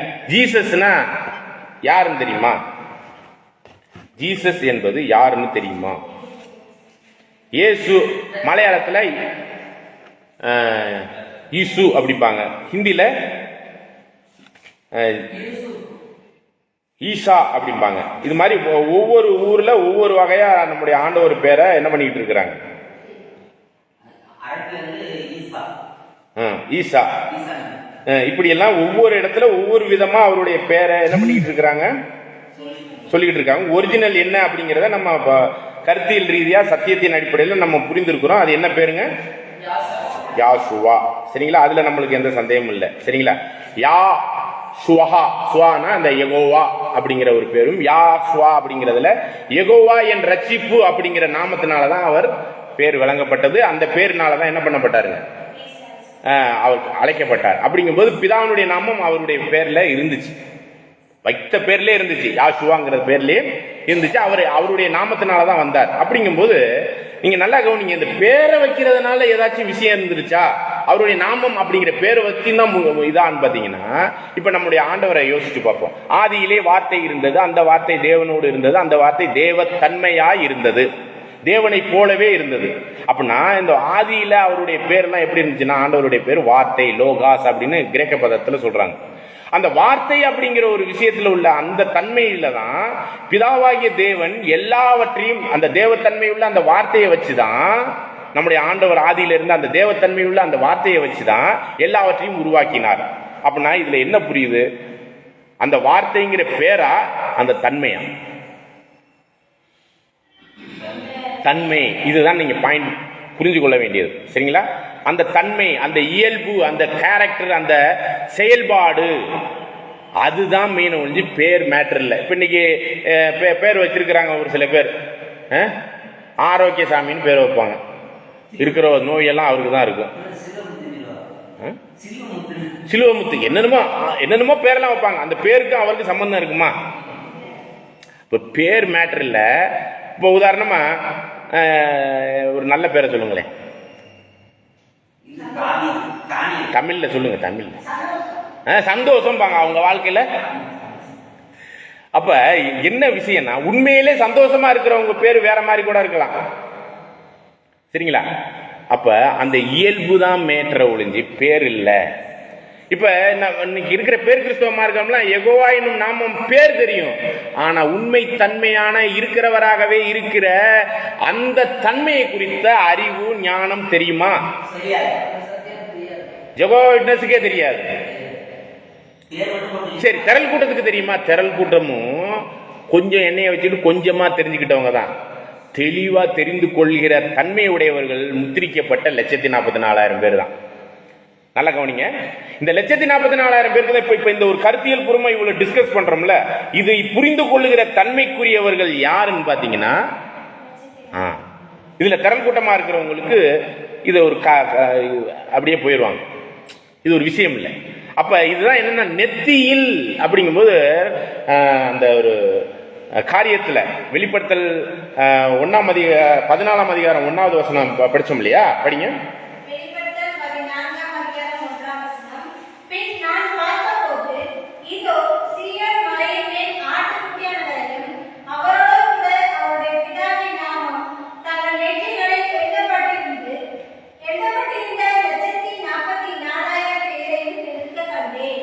ஓகே, இப்ப இந்த நெற்றியில் எழுதப்பட்டிருக்கிற அந்த ஒரு காரியத்தை குறித்து ரீப்ரின்ஸ் நம்பர் 1470 என்ன சொல்லப்படுது அப்படின்னா, their advantage is largely in divine wisdom knowledge granted them because of their obedience to their consecration, sealed in intellectually that they may not be in the darkness with the world. அதாவது என்ன சொல்லப்படுதுன்னா, அவர்கள் சத்தியத்தை கேட்டவர்கள் மட்டுமல்ல, தெளிவாக சத்தியத்தை கேட்டவர்கள் மட்டுமல்ல, அந்த அறிவிலும் அந்த ஞானத்திலும் அந்த என்னது சுத்தமான அந்த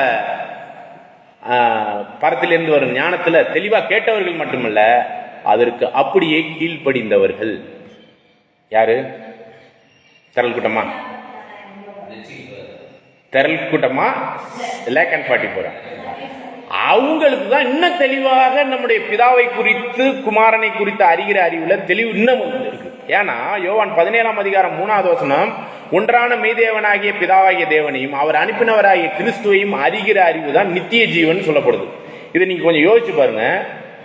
அவரை அறிகிற அறிவுக்கு நித்திய ஜீவன் வேணுமா? அப்படி கூட எடுத்துக்கோங்க இந்த கருத்தை. இந்த கருத்தை இப்படி கூட எடுத்துக்கோங்க. பிதாவையும் குமாரனையும் அறிகிற அறிவுக்கு நம்மளுக்கு என்ன ஜீவன் வேணும்? வாழ்க்கை, முடிவில்லா வாழ்க்கை ஃபுல்லாவே அவங்கள பத்தி அறிஞ்சுக்கிறதுக்கு என்றென்றைக்கு வாழ்க்கை தேவைன்னு சொல்லப்படுது. அப்பனா அவங்கள பத்தி அறியறதுக்கு இன்னும் எவ்வளவு இருக்கு? என்றென்றைக்கு அறிஞ்சுக்கொண்டே இருக்கணுமா, முடிவே இல்லை. யாரை பத்தி? பிதாவையும் குமாரனையும். இப்ப நீங்க விசேஷ விதமா பிதா வந்து அவருக்கு ஆரம்பம் இல்ல முடிவு இல்ல, அனாதியா என்றென்றும் இருக்கிறவங்க அந்த சயின்டிபிக் டெக்னாலஜியை புரிஞ்சுக்கிறதுக்கு ஒண்ணுமே இல்லை. நம்ம மைண்ட்ல மரமண்ட. அப்படிங்கிறப்ப நம்மளுக்கு தேவைப்படுறது நித்திய ஜீவன் தேவையா அவங்கள பத்தி அறியறதுக்கு, பிதாவை பற்றி அறியறதுக்கு. நீங்க நினைச்சு பாருங்க, நம்ம சும்மா பேர் அறிஞ்சுக்கிட்டதுக்கு இந்த பெருமையில மேட்டுமையில இருக்கு. அதை தான் நம்மளை நக்கல் பண்ணியிருக்கிறாங்க வேதமானவர்கள். என்னென்ன பேர் தான் எல்லாருக்குமே தெரியுங்களே, திரள் கூட்டமா இருக்கிற சபைக்கும் தான் தெரியுங்களே. சபைக்கு மட்டும் தெரியுதுன்னா இதனுடைய ஆழமான கருத்து என்னன்னா, பிதாவை அறிய வேண்டியபடி அறிந்து அதற்கு உரிய முத்திரிக்கப்பட்ட அர்ப்பணிப்பின் ஜீவியத்திலே தங்களை முழுவதும் ஜெயம் கொண்டவர்களாக இருக்கிறவர்கள் தான் நெத்தியில். நெத்தின்னா புத்தியில். புத்தியுள்ள கன்னியர்கள் அதற்கேற்ற எண்ணெயை பாத்திரத்தில் உடையவர்களாய், ஆவியின் கனிகளை கொடுக்கிறவர்களாய், கேரக்டர்ல உடன்படிக்கையின் ஜீவியத்தில் வெற்றி சிறந்தவர்கள். அந்த வகையில தான் அவங்க நெத்தியில் அவருடைய நாமம் தெரிவிக்கப்பட்டிருக்குங்கிறது அர்த்தம் வரும் முடிஞ்சு, அவங்களுக்கு மட்டும்தான் இந்த நாமம் தெரியுங்கிறதுக்கு அர்த்தமாக இதை கொண்டு போக முடியாது. சரிங்களா? அப்படிங்கும்போது நம்முடைய ஆண்டவர் வார்த்தை அப்படிங்கிற ஒரு தெய்வீக தன்மைக்குரிய ஆதியிலே இருந்தார். அந்த தன்மையில தான் எல்லாவற்றையும் படைத்தார். அப்படிங்கும்போது நீங்க லோகாசுங்கிற ஒரு பேரை தெரிஞ்சுக்கிட்டோம், இல்லைன்னா யாசுவாங்கிற ஒரு பேரை தெரிஞ்சுக்கிட்டோங்கிறதுக்காக ரட்சிப்பு நம்மளுக்கு கிடைச்சிருமா? நம்ம பைபிள்ல பாக்குறோம், யாசுவா மெசியாவின் நாமத்தை எல்லாமே ரட்சிக்கப்படுவதற்கு வேற எந்த நாமம் இல்லை. இப்ப பேரை சொல்லிட்டாக்க ரட்சிப்பு வந்துருச்சா? அப்படின்னா என்னங்க அதனுடைய மீட்கும் பொருள் என்ன? மீட்கும் பொருளை கண்டுபிடித்தாதான் அந்த பரிபூரண ஜீவியத்துக்குள்ளே வர முடியும்.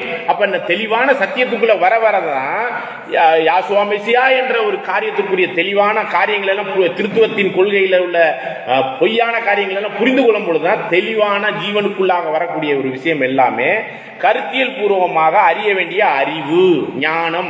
இந்த ஞானத்தின்படி வாழ்க்கை, இது ரெண்டு இருந்தாதான் லேக் அண்ட் 44. இதே தன்மையில உலகத்தாருக்கும் அவருடைய பேர் என்ன பண்ணப்படும்? எல்லாருக்குமே சொல்லப்படும். சரிங்களா? இப்ப நீங்க பார்க்கும் பொழுது என்ன ஒரு விஷயம் அப்படின்னு பாத்தீங்கன்னா, இன்னொரு வசனம் படிக்கலாம். யாத்திரையாகமும் 23:13 வசனம். தேவனுடைய யெகோவா என்னும் நம்மளுடைய பிதாவாகிய தேவனுடைய நாமத்தை தேவையில்லாம பயன்படுத்தக்கூடாது, தேவைப்பட்டா பயன்படுத்தணுங்கிறதா விஷயம், அந்த பிரமாணம். ஆனா இந்த இடத்துல என்ன சொல்லப்படுதுன்னு பாரு. 13வது வசனம். 13வது வசனம். நான் உங்களுக்கு சொன்னவைகள் யாவற்றிலும் சாவதானமாய் இருங்கள். அந்நிய தேவனின் பேரை சொல்ல வேண்டாம், அது உன் வாயிலிருந்து பிறக்கப்படவும் வேண்டாம். ஓகே, என்னங்க சொல்றாரு?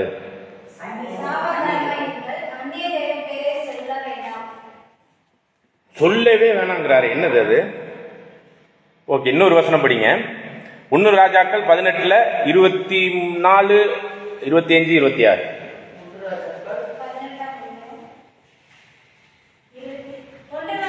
24, 25, 26.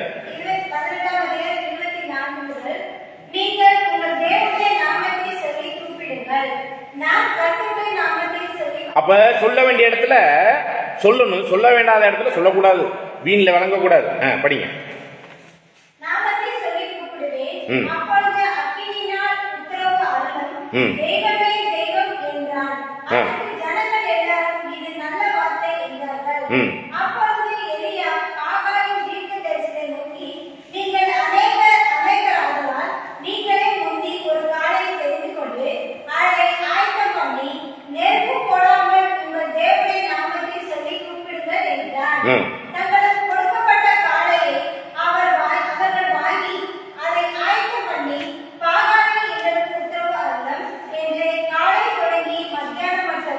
இருபத்தி 6 வரையும் போதும்.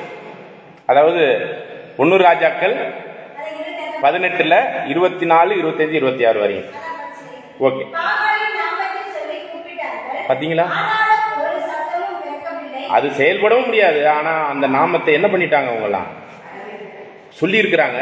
ஆனா பிரமாணத்தின்படி என்னன்னு பாத்தீங்கன்னா அந்த நாமத்தை எல்லாம் என்ன பண்ணக்கூடாது, சொல்லவே கூடாது. சரிங்களா?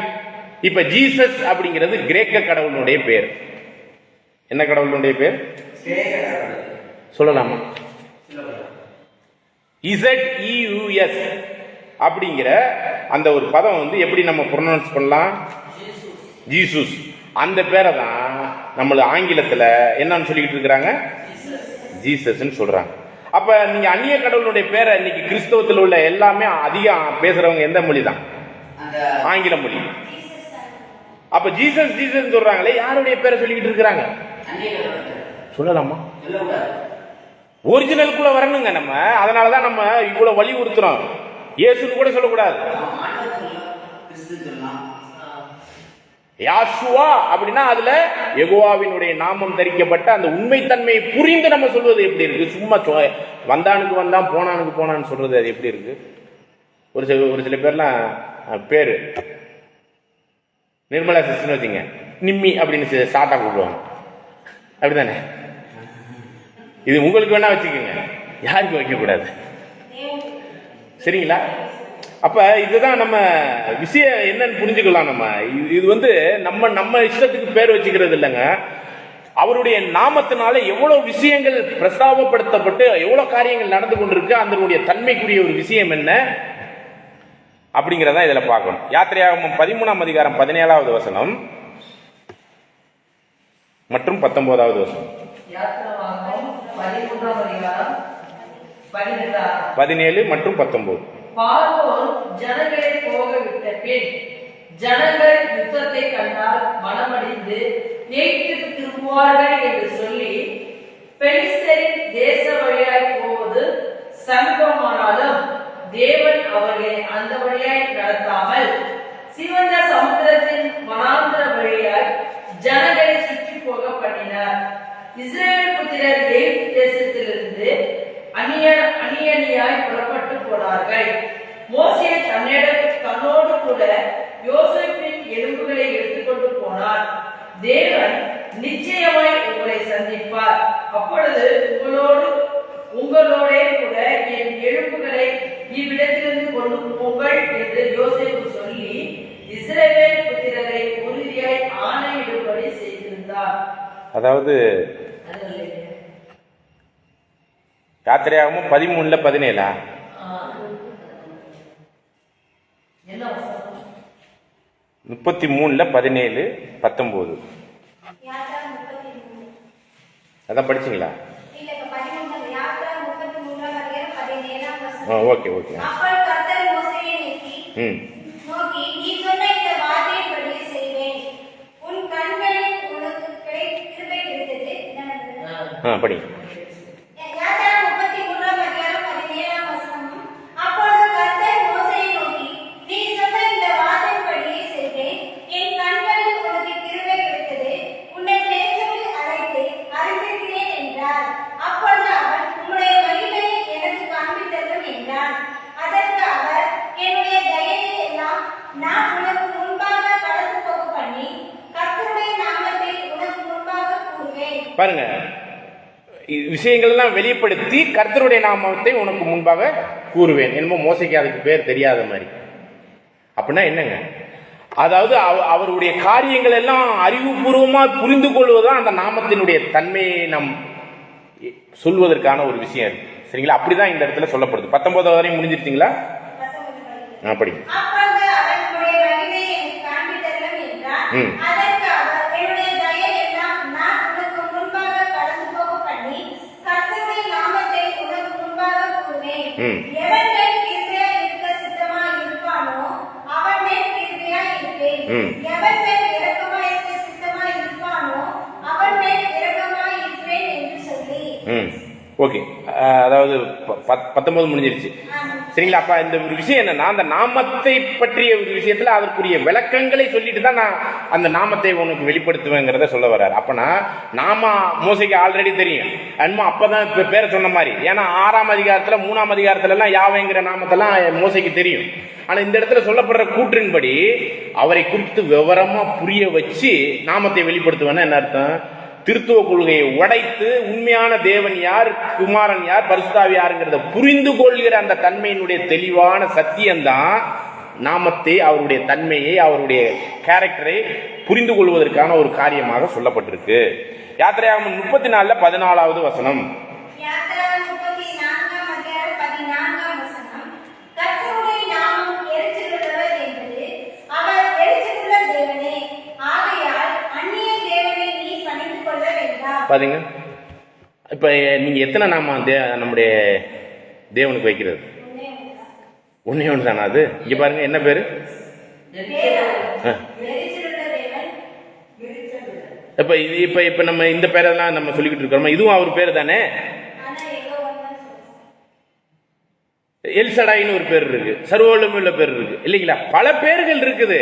அதுல என்றென்றைக்கும் உள்ள யாவே யா அப்படிங்கிற ஒரு விஷயம் தான் நம்ம தெளிவா இருக்கிறவராக இருக்கிறார் அப்படிங்கிற ஒரு விஷயத்திற்குள்ளாக புரிந்து கொள்ள வேண்டியிருக்கு. அந்த யாங்கிறது இருக்கிறவராக இருக்கிறார்னா செல்ஃப் எக்ஸிஸ்டிங், என்றென்றையும் மாறாதவராய் இருக்கிறார். அந்த தன்மையில இன்னைக்கு கிறிஸ்துவும் போயிட்டார். நேற்றும் இன்றும் என்றும் மாறாதவர் யாருங்க? நேற்றும் இன்றும் என்றும் மாறாதவர் யாருங்க? எபிரேயர்ல நம்ம படிக்கிறோமே, ஆண்டவர், இல்லைங்களா? அப்ப அந்த தன்மைக்குள்ள, அந்த பேருக்குரிய கேரக்டருக்குள்ள யாரும் போயிட்டா இன்னைக்கு. அவருடைய நாமத்தை நம்மளுக்கும் வச்சிருக்கிறார். அப்ப அந்த தன்மைக்குரிய விஷயத்துல நாமும் நேற்றும் இன்றும் என்றும் அந்த ஒரு காரியத்திற்குரிய ஒரு விஷயத்துல நாம எப்படி இருக்கணும்னா, என்றென்றைக்கும் மாறா தன்மைக்குரிய அந்த தெய்வீக சுபாவத்துக்குள்ள நாமளும் போயிடணும். என்றென்றைக்கும் உள்ள ஒரு விஷயத்துல நேற்று அப்படி இல்லை. நம்ம இன்னைக்கு சத்தியத்தில் வந்திருக்கிறோம், நாளைக்கு எப்போதும் இருக்கக்கூடிய ஒரு தன்மைக்குள்ளாக நம்மளை ஜீவனப்படுத்தணும். லேவியர் 18ஆம் அதிகாரம் 21வது வசனம். லேவியர் 18ஆம் அதிகாரம் 21வது வசனம். லேவியர் 18ஆம் அதிகாரம் 21வது வசனம். ஜனங்கள் எல்லாருக்குள்ளும் தேவனுக்கு பயந்தவர்களும் உண்மையுள்ளவர்களும் பொருளாசையை வெற்றியவர்களுமான திறமை அவர்களை 1000 பேருக்கு அதிபதிகளாகவும் 100 பேருக்கு அதிபதிகளாகவும் 50 பேருக்கு அதிபதிகளாகவும் 10 பேருக்கு அதிபதிகளாகவும் ஏற்படுத்தும். அவர்கள் எப்பொழுதும் ஜனங்களை நியாயம் விசாரித்து பெரிய காரியங்கள் யாவையும் உம்மிடத்தில் கொண்டு வரட்டும். அதாவது லேவியர் 18:21 தானே. நீ உன் மன்னரையும் யாராகிலும் மோளேக்கு தீர்க்கணும்படி இடக்கூடாதே. உன் தேவனுடைய நாமத்தை அரிசுத்தப்படுத்தாதே. பாருங்க இந்த இடத்துல பாருங்க, அதாவது வேற்று தெய்வத்துக்கு நீங்க பண்றதெல்லாம் இப்படிலாம் பண்ணிக்கிட்டு இருக்கிறீங்க, அது பேரை கூட பேசக்கூடாதுன்னு சொல்றாரு. ஆனா அவருடைய நாமத்தை பரிசுத்த அப்படின்னா என்னங்க? அவருடைய நாமம் பரிசுத்தமா தான் இருக்கு. நம்ம சொல்றோம், உதாரணமா யெகோவா என்ன சொல்றாங்க, நாங்க யெகோவாவின் சாட்சிகள் சொல்லிட்டு அவங்க வாழ்ற வேண்டிய வாழ்க்கைய தவறா வாழ்ந்தா அவங்க பரிசுத்த குலைச்சல். இப்ப நம்ம வேதமானவர்கள் சொல்றோம், யெகோவாவினுடைய எங்களுக்கு அப்பாவினுடைய நாமம் எங்களுக்கு தெரியும் சொல்றோம். அவருடைய நாமம் மகிமைக்காக வாழாம அவருடைய நாமம் பரிசுத்த குலைச்சலாக்குற மாதிரி வாழ்ந்தோம்னா நம்ம நாமம் அறிஞ்சு என்ன பிரயோஜனம்? அப்படின்னா அவருடைய நாமம் மகிமைக்கான ஜீவியம் ரொம்ப முக்கியம். மத்தேயு 5:15-16. மத்தேயு 5:15 மற்றும் 16 வசனம். 15-16. விளக்கை கொளுத்தி மரக்காலால் மூடி வைக்காமல் விளக்கு தண்டின் மேல் வைப்பார்கள். அப்பொழுது வீட்டுள்ள யாவருக்கும் வெளிச்சம் கொடுக்கும். இவ்விதமாய் மனுஷர் உங்கள் நற்கிரியை கண்டு பரலோகத்தில் இருக்கிற உங்கள் பிதாவை மகிமைப்படுத்தும்படி உங்கள் வெளிச்சம் அவர்களுக்கு முன்பாக பிரகாசிக்கிறது. அப்ப அவருடைய நாம மகிமைக்காக நம்முடைய கேரக்டர் காமிக்கணுங்க. நம்ம யெகோவா என்னும் பிதாவாகிய தேவனுடைய நாமத்தினுடைய நாம மகிமைக்காகவும் அவருடைய நாம பரிசுத்தப்படுவதற்கு நம்ம என்ன பண்ண வேண்டியிருக்குங்க? சத்தியம் பேசுறதா, சத்தியத்தின்படி வாழ்றது. அப்படி வாழ்கிறவர்கள் தான் லேக்கன் 44 அவர்களுடைய நெத்தியில் அவருடைய நாமம் தரிக்கப்பட்டிருக்கு.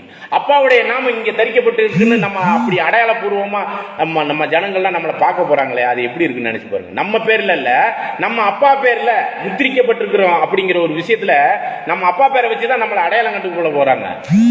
அதாங்க முத்திரிக்கப்பட்ட அந்த ஞானம், அந்த அறிவுக்குள்ளாக வாழ்க்கை, அறிவு மட்டுமல்ல அந்த வாழ்க்கை, அந்த கேரக்டர், அந்த குணலட்சணம், திவ்ய சுபாவம். தேவனை போலவே அவர் அப்படி பரலோகத்திலே அந்த குணலட்சணத்தெல்லாம் காமிக்கிறோம், அதே மாதிரி மனுஷ சுபாவத்தில் நாம் அப்படிப்பட்ட ஒரு குணலட்சணங்களை வெளிப்படுத்த வேண்டியவர்களாக இருக்கிறோம். சரிங்களா? உதாரணமா ஒரு சில பேர்கள்லாம் இப்படிலாம் இருக்குது. அதே லேவியர்ல 20ஆம் அதிகாரம் 3வது வசனம்.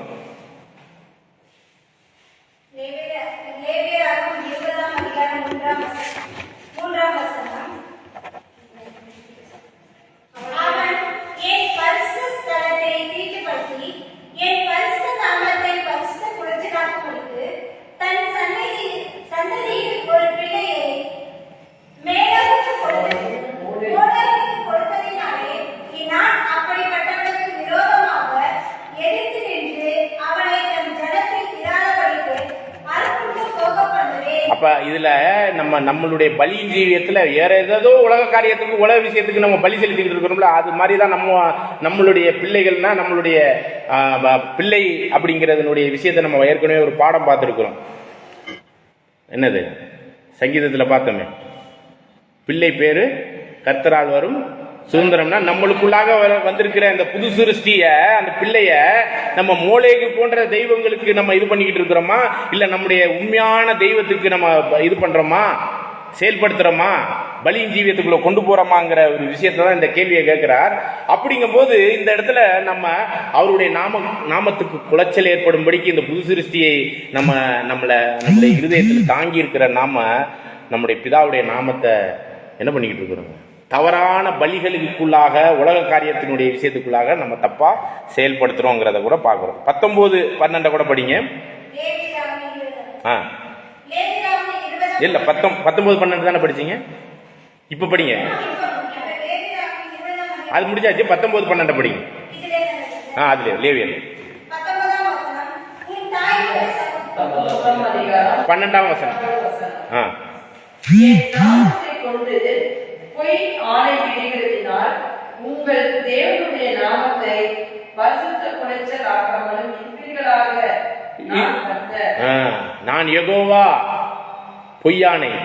யாருங்க பொய்யானைட்டு இருக்கிறது? ஜெகோவா விட்னஸ் பொய்யானைட்டு இருக்காங்களா? இன்னைக்கு இருக்கிற கிறிஸ்தவர்கள் பொய்யானைட்டு இருக்கிறாங்களா? இல்ல இன்னைக்கு இருக்கிற யூதர்கள் இஸ்ரேலர்கள் கர்த்தருடைய நாமத்துல அப்படி சத்தியம் பண்ணி இருக்கிறாங்களா? நல்லா கவனிங்க. நான் தன்னைத்தான் என்னை நான் வெறுத்து சிலுவையை சுமந்து கொண்டு கிறிஸ்துவை பின்பற்றி அவருடைய பலியின் ஜீவியத்திற்குரிய எல்லா விஷயத்திலும் நான் செயல்படுவேன்னு ஆணையிட்டு கொடுத்தோமா? அது செயல்படுத்தலன்னா யார் பொய்யானைட்டது? பாருங்க, இதெல்லாம் யாருக்கு சொல்லிக்கிட்டு இருக்கிறாரு? அந்த 1,40,000. இப்ப இது நீங்க பொய்யானைட்டவங்க எல்லாம் யார்? அப்ப திரள் கூட்டம். செயல்படுத்துறவங்க யார்? இப்ப அதாவது பொய்யானை இடாம இட்ட ஆணையை நிறைவேற்றுறவர்கள் யாருங்க? லேக்கன் 44. லேக்கன் 44 நெத்தியில முத்திரிக்கப்பட்டிருக்குங்கிறது இந்த வசனமே போதுமானது. புரியுதுங்களா? பொய்யான, அதாவது தேவனோடு உடன்படிக்கை பண்ணி நான் ஆணையிட்டு கொடுத்துருக்கிறத பின்வாங்கி கலப்பையின் கையை வந்து பின்வாங்கி போறதும் அதனுடைய உடன்படிக்கையின் ஜீவியத்தில் பின்வாங்கக்கூடிய ஒரு விஷயம் எல்லாம் திரள் கூட்டம். அவர்கள் நெத்தியில அவருடைய பேர் இருக்காது. ஆனா அவருடைய பேர் வழங்கும்படி நெத்தியில இருக்குன்னா அந்த சத்தியத்தின்படி வாழ்க்கை. இதுதான் 21 ஆரப்படி. 21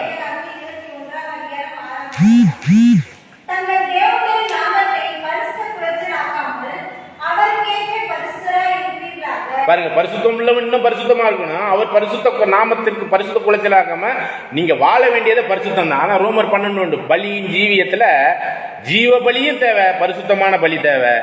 பரிசுத்தமா இருங்கள். ஏன்னா நம்முடைய தேவன் பரிசுத்தம் உள்ளவர். அதுக்கு நேர் எதிராக பாவ ஜீவியத்துல வாழ்ந்துகிட்டு இருந்தோம்னா யாருடைய நாமத்தை பரிசுத்த குலைச்ச பண்றோம்? ஜெகோவா விட்னஸா? பேர் கிறிஸ்தவமா இருக்குமா? அவங்களுக்கு எல்லாம் தெரியும் ஜெகோவாவினுடைய நாமம். இன்னைக்கு உலகத்தாருக்கு தெரியும். ஆனால் தெரிந்து கொண்டு பரிசுத்த குலைச்சலை ஏற்படுத்துறவங்க யாருன்னா வேதமானவர்கள். ஆனா பரிசுத்தத்தை பரிசுத்தப்படுத்தி இன்னும் வாழ்கிறவர்கள் லேக்கன் 44 நெத்தியில் முத்திரிக்கப்பட்டவர்கள். அவர்களுக்கு தான் அந்த வாழ்க்கையினுடைய சத்தியமும் தெரியும், சத்தியத்தின்படி வாழவும் தெரிஞ்சவர்கள். அவங்க நெத்தியில மட்டும்தான் இந்த வெளிப்படுத்தல் 14:1 பொருந்தும். 22ஆம் அதிகாரத்துல 2வது வசனத்தை படிங்க. லேவியர்ல 6 முடிஞ்சிருச்சா? அம்மணி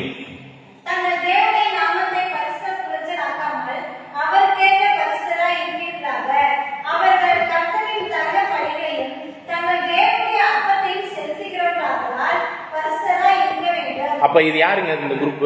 நான் அந்த பாயிண்ட விட்டாச்சு. நம்ம ராஜரீக ஆசாரிய கூட்டம் 1 பேதுரு 2ஆம் அதிகாரம் 4, 5 மற்றும் 9வது வசனத்தின்படி பலிகளை செலுத்தத்தக்க ராஜரீக ஆசாரிய கூட்டம் ஜெகோவா விட்னஸா, கிறிஸ்தவ மார்க்கமா, இஸ்ரேல் மாமிச இஸ்ரேலரா? திரும்ப கேட்கவா? நம்ம அவங்களுக்கெல்லாம் பேர் தெரியும். ஆனா பலி செலுத்தத்தக்க அவருடைய நாமம் தரித்து இந்த பலிகளை செலுத்துவதற்கான அந்த முத்திரிக்கப்பட்ட ஜீவியத்திற்கு உரியவர்களாய் தேவனால் முன்குறிக்கப்பட்டு அழைக்கப்பட்டு மகிமைப்படுத்தப்படக்கூடியவர்கள் இந்த 1,40,000 பேர் நெத்தியில் முத்திரிக்கப்பட்டவர்கள். சரிங்களா? 21 6 முடிஞ்சிருச்சுங்களா? 22ல 2 படிங்க.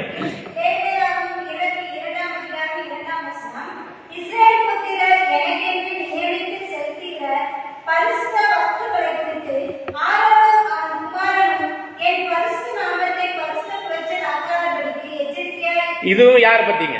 அன்னைக்கு இருந்த ஆரோனுடைய புத்திரர்களுக்குரிய அந்த ஆசாரியத்துவத்தை பத்தியா? யார பத்தி? 1 பேதுரு 2ஆம் அதிகாரம் 4, 5 படி என்னங்க? பலிகளை செலுத்தத்தக்க ஆசாரிய கூட்டமாகவும் ராஜரீக ஆசாரிய கூட்டமாகவும் இருக்கு. 9வது வசனத்தை பார்க்கிறோம். சரிங்களா? அவங்களுக்குரிய ஒரு விஷயத்துல இது வந்து ஜெகோவா விட்னஸுக்கோ பேர் கிறிஸ்தவமாருக்கோ இது மாமிச இஸ்ரேலருக்கு பொருந்துமா? வேதமானவர்களுக்கு மட்டுமே பொருந்தும். இதுல திரள் கூட்டமா இருக்கிறவங்க தான் என்ன பண்றாங்க? பரிசுத்த குலைச்சலாக்குறாங்க. பரிசுத்தம் உள்ள அவருடைய நாமத்திற்கு பரிசுத்தம் உள்ள ஒரு காரியத்தை செயல்படுத்துறவங்க யாருன்னா நெத்தியில் முத்திரிக்கப்பட்ட பிதாவினுடைய நாமம் தரிக்கப்பட்ட அந்த சத்தியத்துக்கு ஏற்ற ஜீவிகள், வாழ்கிறவர்கள், ஆவியின் கனிகளை கொடுக்கிறவர்கள். லேவியர் 24ஆம் அதிகாரம் 11வது வசனம்.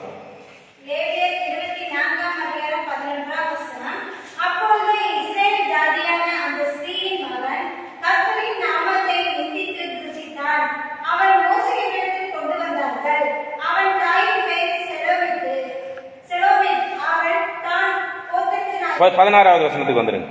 16ஆம் வசனம். கர்த்தருடைய நாமத்தை நிந்திக்கிறவன் கொலை செய்யப்பட வேண்டும். சபையார் எல்லாரும் அவனை கல்லெறிய வேண்டும். பரதேசி ஆனாலும் சுதேசி ஆனாலும் கர்த்தரின் நாமத்தை தூசிக்கிறவன் கொலை செய்யப்பட வேண்டும். ஓகே, இதையும் நீங்க ஆவிக்குரிய ரீதியில கொண்டாந்து வச்சு நீங்க பாருங்க நல்லா, அன்புக்குரிய சகோதர சகோதரிகளே. இப்ப பரிசுத்த குலைச்சல் ஆக்குறவங்க யாருன்னா திரள் கூட்டம்.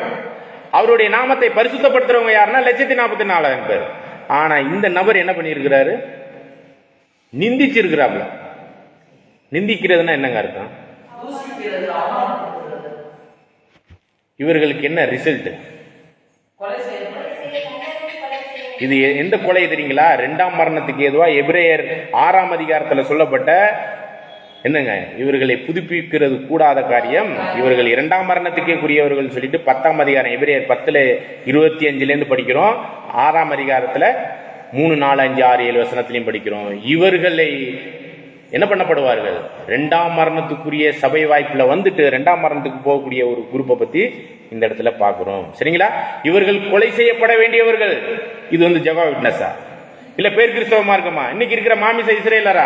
இல்ல இன்னைக்கு உலகளாவிய அளவுல யெகோவா என்ற நாமம் எல்லாருக்குமே தெரியுங்க. சும்மாலாம் தெரியாதுலாம் சொல்லிக்கிட்டு இருக்க முடியாது. கேரளா சம்பவம் ஒன்னே போதும். சரிங்களா? ஓகே. அப்ப அவருடைய நாமத்தினால் நாம் ஆசீர்வாதங்களுக்குள்ளாக ஆசீர்வதிக்கப்பட்ட ஜாதியாக, ராஜரீக ஆசீர்வாதமான ஒரு ஜாதியாகவும் இருக்கிறோம். உபாகமம் 10ஆம் அதிகாரம் 8வது வசனம். 8ஆம் வசனம்.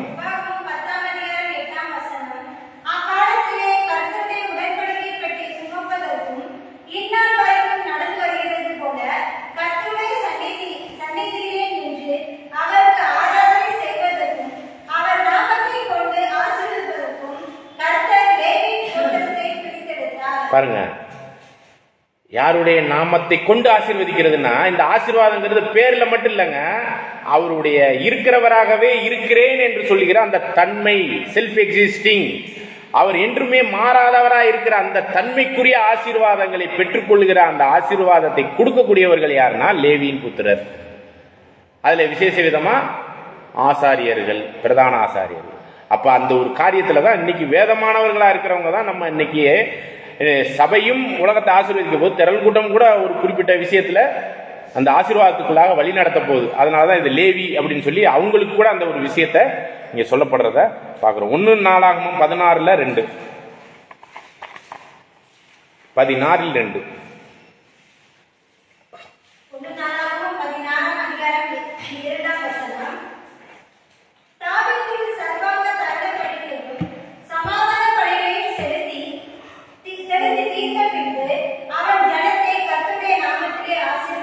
பாருங்க, ஆசீர்வாதங்கிறது கர்த்தருடைய நாமத்திலன்னா அவருடைய தன்மை எப்படி, வார்த்தை தேவ தன்மையா இருந்துச்சுங்கிற அந்த தன்மையில தான் எல்லாம் படைக்கப்பட்டு ஆசீர்வாதத்துக்குள்ள வந்துச்சு. அதே மாதிரி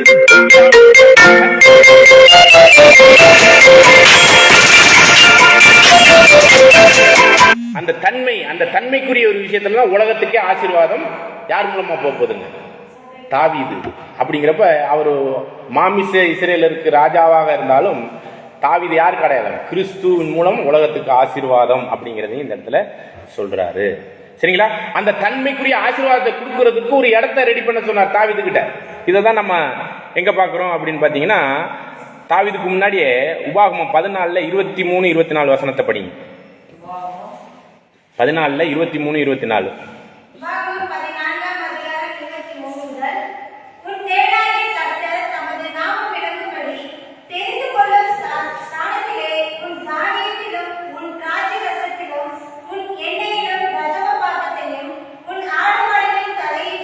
ஓகே, இது சுருக்கமாக சொல்ல போனோம்னா இதனுடைய விஷயம் என்னன்னு பார்த்தீங்கன்னா, அவங்க பாத யாத்திரையாக எங்கே போயிட்டு இருக்காங்க? கானானை நோக்கி போயிட்டு இருக்கும்போது ஆசரிப்பு கூடாரத்தில் தான் தேவன் இங்கே வந்து என்ன பண்ணிட்டு இருக்கார்? பிரசனமாயி அவங்களுக்கு ஆசீர்வாதத்தெல்லாம் கொடுத்துக்கிட்டு இருக்கார். ஆனால் என்ன சொல்றாங்கன்னா, என் நாமம் விளங்கும்படி ஒரு இடத்துல நீங்கள் இதெல்லாம் வந்து செய்யணும்னு சொல்லிட்டு ஒரு குறிப்பிட்ட விஷயங்கள் எல்லாம் பஸ்காவினுடைய விஷயத்தில் நம்ம ஏற்கனவே பார்த்துருக்கோம். 3 வகையான பஸ்கா இருக்குது. அதில் 2வது வகை பஸ்கா வந்து ஆலயம் கட்டின பிறகு அந்த பஸ்காவை செய்யணும். அது 1ஆம் நூற்றாண்டில் யூதர்கள் அந்த பொது பஸ்காவை செய்தார்கள். கலெக்ஷன் பஸ்கா வேறு.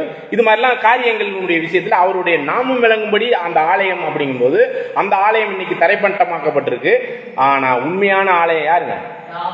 நாம் மூலம் நம்மளுடைய பலிகள், அந்த ஒரு காரியத்தினுடைய ஆசீர்வாதத்திற்குரிய ஒரு விஷயத்தெல்லாம் அந்த நாமம் தரிக்கப்பட்ட ஜியோன் அப்படிங்கிற வெளிப்படுத்தல் 14:1 உள்ள 1,44,000 பேர் மூலமாக தான் எல்லா வகையான ஆசீர்வாதங்களும் அங்கே பலிகளும் அங்கீகரிக்கப்படுறத இந்த வசனங்கள்லாம் சொல்லுது. இதுக்கு நீங்க நோட் பண்ணிக்கோங்க.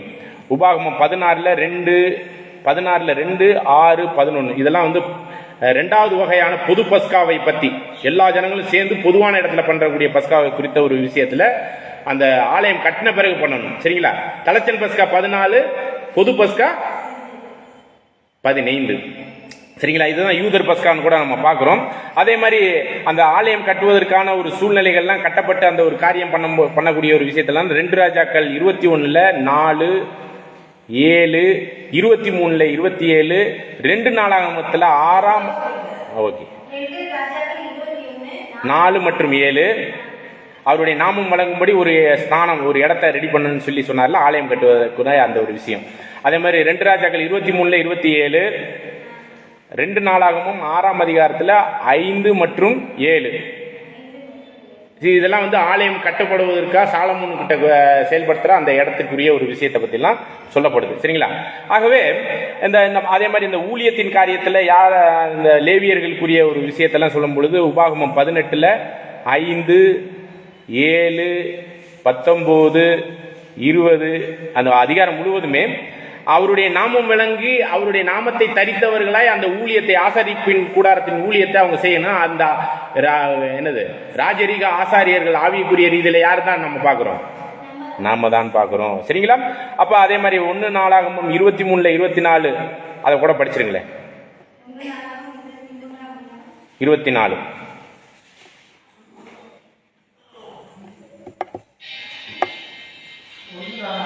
23 24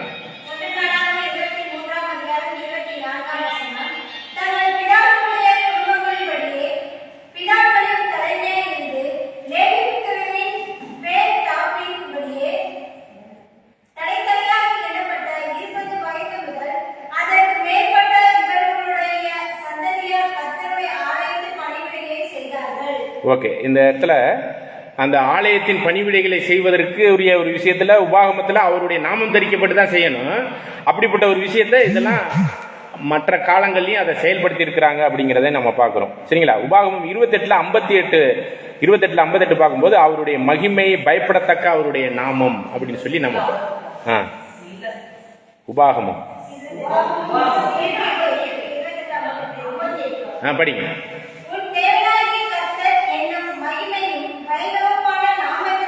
பாருங்க, இப்ப நீங்க அப்படின்னாக்க யெகோவா நாமம் இல்ல, சர்வ வல்லமையுள்ள நாமம் இல்ல, இதுல வந்து என்னது மகிமைன்னு ஒரு நாமம் இருக்கு, பயப்படத்தக்க ஒரு நாமம் இருக்குன்னு இப்படிலாம் பல நாமங்களை வச்சுட்டு போயிட முடியுமா? அவர் நேற்றும் இன்றும் என்றும் மாறாத இருக்கிறவராகவே இருக்கக்கூடிய அந்த தன்மையில அவருக்குரிய அந்த தன்மைகள்ல இதெல்லாம் இருக்குது. எதுங்க? மகிமை, அவருடைய என்னது பயப்படத்தக்க, எரிச்சல் உள்ள, இப்படிலாம் நம்ம பார்க்கலாம். அதே நேரத்தில் தேவன் எப்படி இருக்கிறார்? அன்பு, அப்படி எல்லா கிருபை, இரக்கம், இந்த மாதிரியான தன்மைகளை குறித்த ஒரு விஷயத்துல தான் இவைகள் எல்லாமே நம்ம அந்த ஒரு கேரக்டர், திவ்ய சுபாவத்தினுடைய கேரக்டருக்குரிய ஒரு விஷயம் தான் அந்த நாமம் பிரதிபலிக்குது ஒழிஞ்சு அந்த நாமத்தை வச்சுக்கிட்டு இருக்கிறது அப்படிங்கிற ஒரு விஷயம்லாம் இல்லை. அதுதான் நாங்க இன்னைக்கு இருக்கிற பேர் கிறிஸ்தவ மார்க்கம் ஏசப்பா அப்படின்னு சொல்லிட்டு யாரை சொல்லிக்கிட்டு இருக்காங்க? யெகோவா தேவனை சொல்லிக்கிட்டு இருக்காங்க.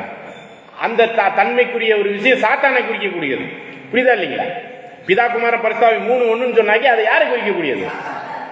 அப்படிப்பட்ட யாருடைய நாமத்தினால வருவான்? அது மாதிரிதான் வருவான். சரிங்களா?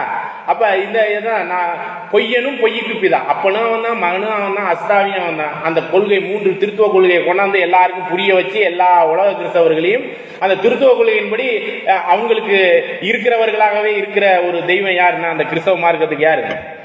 சாத்தான். சரிங்களா?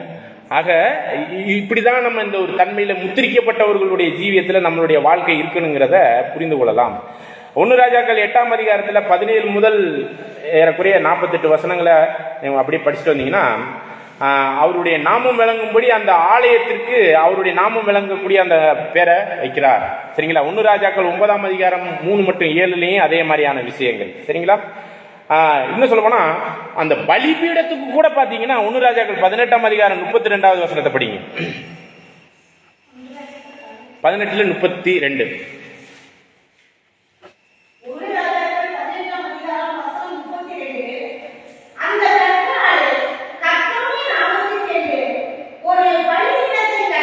பாருங்க, கர்த்தருடைய நாமத்துக்குன்னு ஒரு பலிபீடம். அப்ப அந்த பலிபீடத்துக்கு கர்த்தருடைய நாமத்துக்குன்னு ஒரு பலிபீடம்.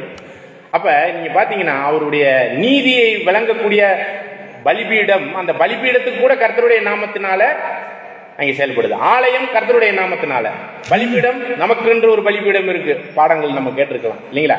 அப்ப அந்த பலிபீடத்துல கிறிஸ்து பலியானார். இப்ப நம்மளுடைய பலிகளை செலுத்தி கொண்டு இருக்கிறோம். அப்ப இப்ப அந்த பலிபீடத்துல தான் நாம் இந்த மாமிச சரீரத்துல அந்த பலியை செலுத்திக்கிட்டு இருக்கிறோம் அப்படிங்கறதெல்லாம் இதுல வருது. அந்த பலிபீடம் கூட யாரு, இப்ப நாம் யாருடைய நாமத்தினால் அழைக்கப்படுகிறோம் பாருங்க. எல்லாமே நீங்க பாத்தீங்கன்னா இதுல இந்த அவருடைய நாமம் மகிமைக்குரிய ஒரு விஷயத்துல யெகோவா யாவே அப்படிங்கிற ஒரு அந்த பேர்ல நின்றுல, அந்த பேர்ல நின்றுட்டு இருக்கிறோம்னா நம்ம வளரவே இல்லை. அப்படிப்பட்ட ஒரு கருத்தியல் பூர்வமான ரைட்டிங்ஸோ வால்யூமும் இல்லை. நம்முடைய சகோதரர் என்ன சொல்லிட்டாருன்னா, வாட்ச் டவர் பைபிள் சொசைட்டில இருந்து அவருடைய தன்மை, கேரக்டர், அவருடைய செயல்பாடு, பேருன்னு சொல்லி ஒரு குறிப்பிட்ட விஷயத்துல அப்படியே குறுக்கி வைக்க முடியாது அப்படிங்கறதான் விஷயம். சரிங்களா? நாகமானுடைய வாழ்க்கையில கூட அவர் வாழ்க்கையில நடந்த அந்த அற்புதம் கூட யெகோவாவின் நாமத்தினால. சரிங்களா? 1 ராஜாக்கள் 5:11 கூட பார்க்கும். அப்ப இந்த உலக ஜனங்களுக்கு உயிர்த்தெழுதலின் காரியத்துல எல்லாரும் ஆசீர்வதிக்கப்பட போகிற அந்த அற்புதம், அதிசயம்லாம் நடக்க போகுது இல்லையா? அதெல்லாம் யாருடைய நாமத்தினால? எல்லாமே அதை வந்து நம்முடைய ஆண்டவராகிய யாசுவா மெசியாவின் நாமத்தினால செஞ்சாலும் யாருடைய நாமம் தான். அதுதான் நம்ம யோவான் 5ஆம் அதிகாரம் எத்தனாவது வசனத்துல பார்த்தோம்? 43ல பிதாவினுடைய நாமத்தினாலதான் அவர் இங்க வந்தார். சரிங்களா? பரிசுத்தாவி யாருடைய நாமத்தினால? நம்முடைய யாசுவா மெசியாவின் நாமத்தினால. அப்ப பிதாவினுடைய நாமம் பரிசுத்தா. அதனாலதான் ஞானஸ்தானம் கூட யாசுவா மெசியாவின் நாமத்தினாலே கொடுத்தாங்க அப்போஸ்தலர்கள். ஏன்னா பிதாவினுடைய நாமத்தினால ஆண்டவர் வந்தார், பரிசுத்தாவி ஆண்டவருடைய நாமத்தினால வருது. அதனால அந்த நாமமே ஒரே நாமமா அப்போஸ்தலர்கள்லாம் எந்த நாமத்துல மட்டும்தான் கொடுத்தாங்க? யாசுவா மெசியா என்ற நாமத்தினால மட்டுமே அவர்கள் கொடுத்தார்கள். சரிங்களா? அதே மாதிரி ரட்சிப்பின் திட்டத்திற்குரிய ஒரு விஷயத்துல என்னுடைய ரட்சிப்பு, என்னுடைய பாதுகாப்பு அப்படிங்கிற ஒரு விஷயத்தெல்லாம் சங்கீதம் 20:1 முதல் 5 வசனத்துல பார்க்கும்போது அவருடைய நாமத்தினாலதான் நம்மளுக்கு எல்லா ரட்சிப்பும் எங்க போனீங்கன்னாலும் அவருடைய நாமத்தை மகிமைப்படுத்தக்கூடிய ஒரு வாழ்க்கையில் உள்ள எல்லா சம்பவமும் நம்ம வாழ்க்கையில நடக்கிறது அத்தனையுமே யாருனால? உலகத்துல நடக்க போறதோ இல்ல, அதாவது 3ஆம் உலகத்திலேயோ இல்ல பரலோகத்திலேயோ பூமியில எல்லாமே யாருடைய நாமம் அப்படின்னா, நாமம்னா அவருடைய செயலாக்கம். அவரால தான் எல்லாம் ஆரம்பிக்கிறதுக்கு முன்னாடி, ஆதிக்கு முன்னாடில இருந்தே யார் இருக்கிறார்? அனாதியாய் அவர் இருக்கிறவரா இருக்கிறார். இருக்கிறவர் அப்படின்னா என்னன்னு பார்த்தவங்க நம்ம யா அப்படிங்கிற ஒரு விஷயம். சரிங்களா? ஓகே. அப்ப நம்மளுக்கு பேர் தெரிஞ்சுக்கிட்டதுங்கிறது விஷயம்ல, அந்த பேரினுடைய விஷயத்தை அறிந்த, சத்தியத்தை அறிந்த காரியத்துல வாழ்க்கை, கேரக்டர், அவருடைய நாம பரிசுத்த குலைச்சலாக்காம பரிசுத்தராய் வாழணும். சரிங்களா? கடைசியா நம்ம ஒரு வசனத்தோட கன்க்ளூட் பண்றதுக்கு முன்னாடி, நம்ம ஏற்கனவே சொன்னோம், ஆண்டவருடைய பேரை இயேசுன்னு சொல்றதும் எப்படின்னு தெரியல, ஜீசஸ்ன்னு சொல்றதும் எப்படின்னு தெரியல. ஒரு வசனம் நீங்க படிங்க. அப்போஸ்தலர் 19ஆம் அதிகாரம் 35வது வசனம்.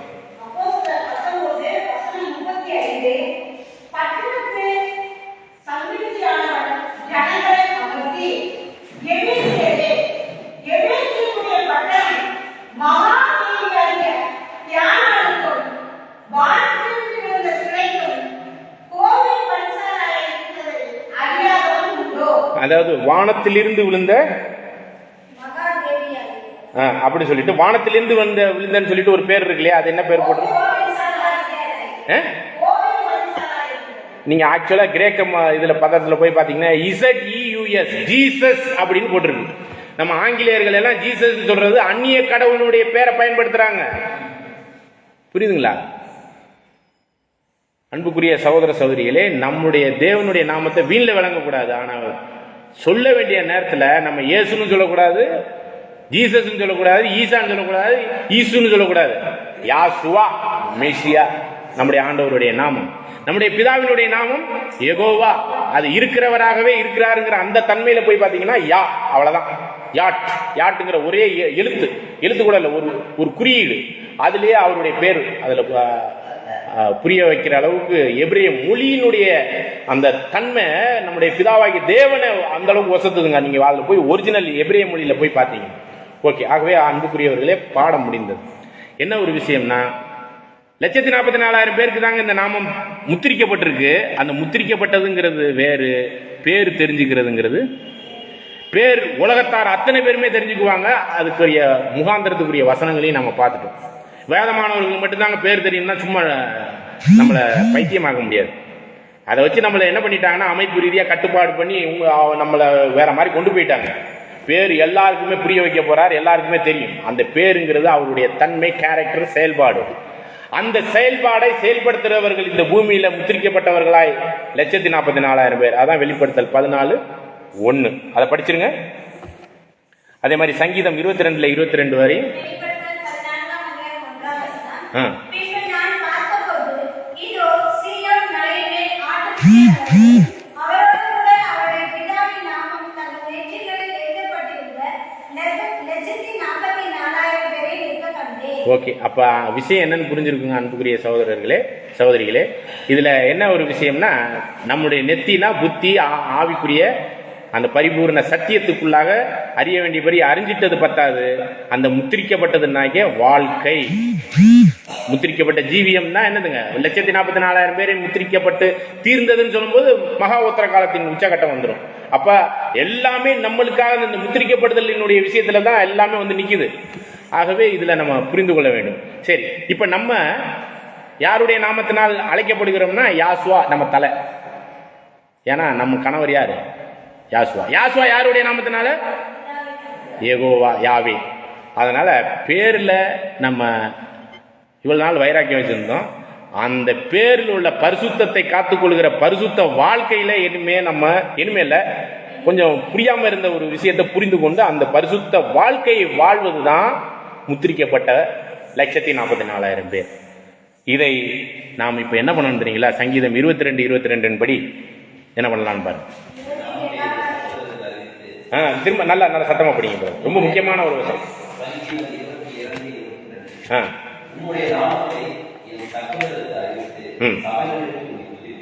இதை வந்து பிதாவாகிய தேவனுடைய நாமத்தை இந்த 22ஆம் சங்கீதம் வந்து யார் இதை பேரை சொல்ல வச்சதுங்க?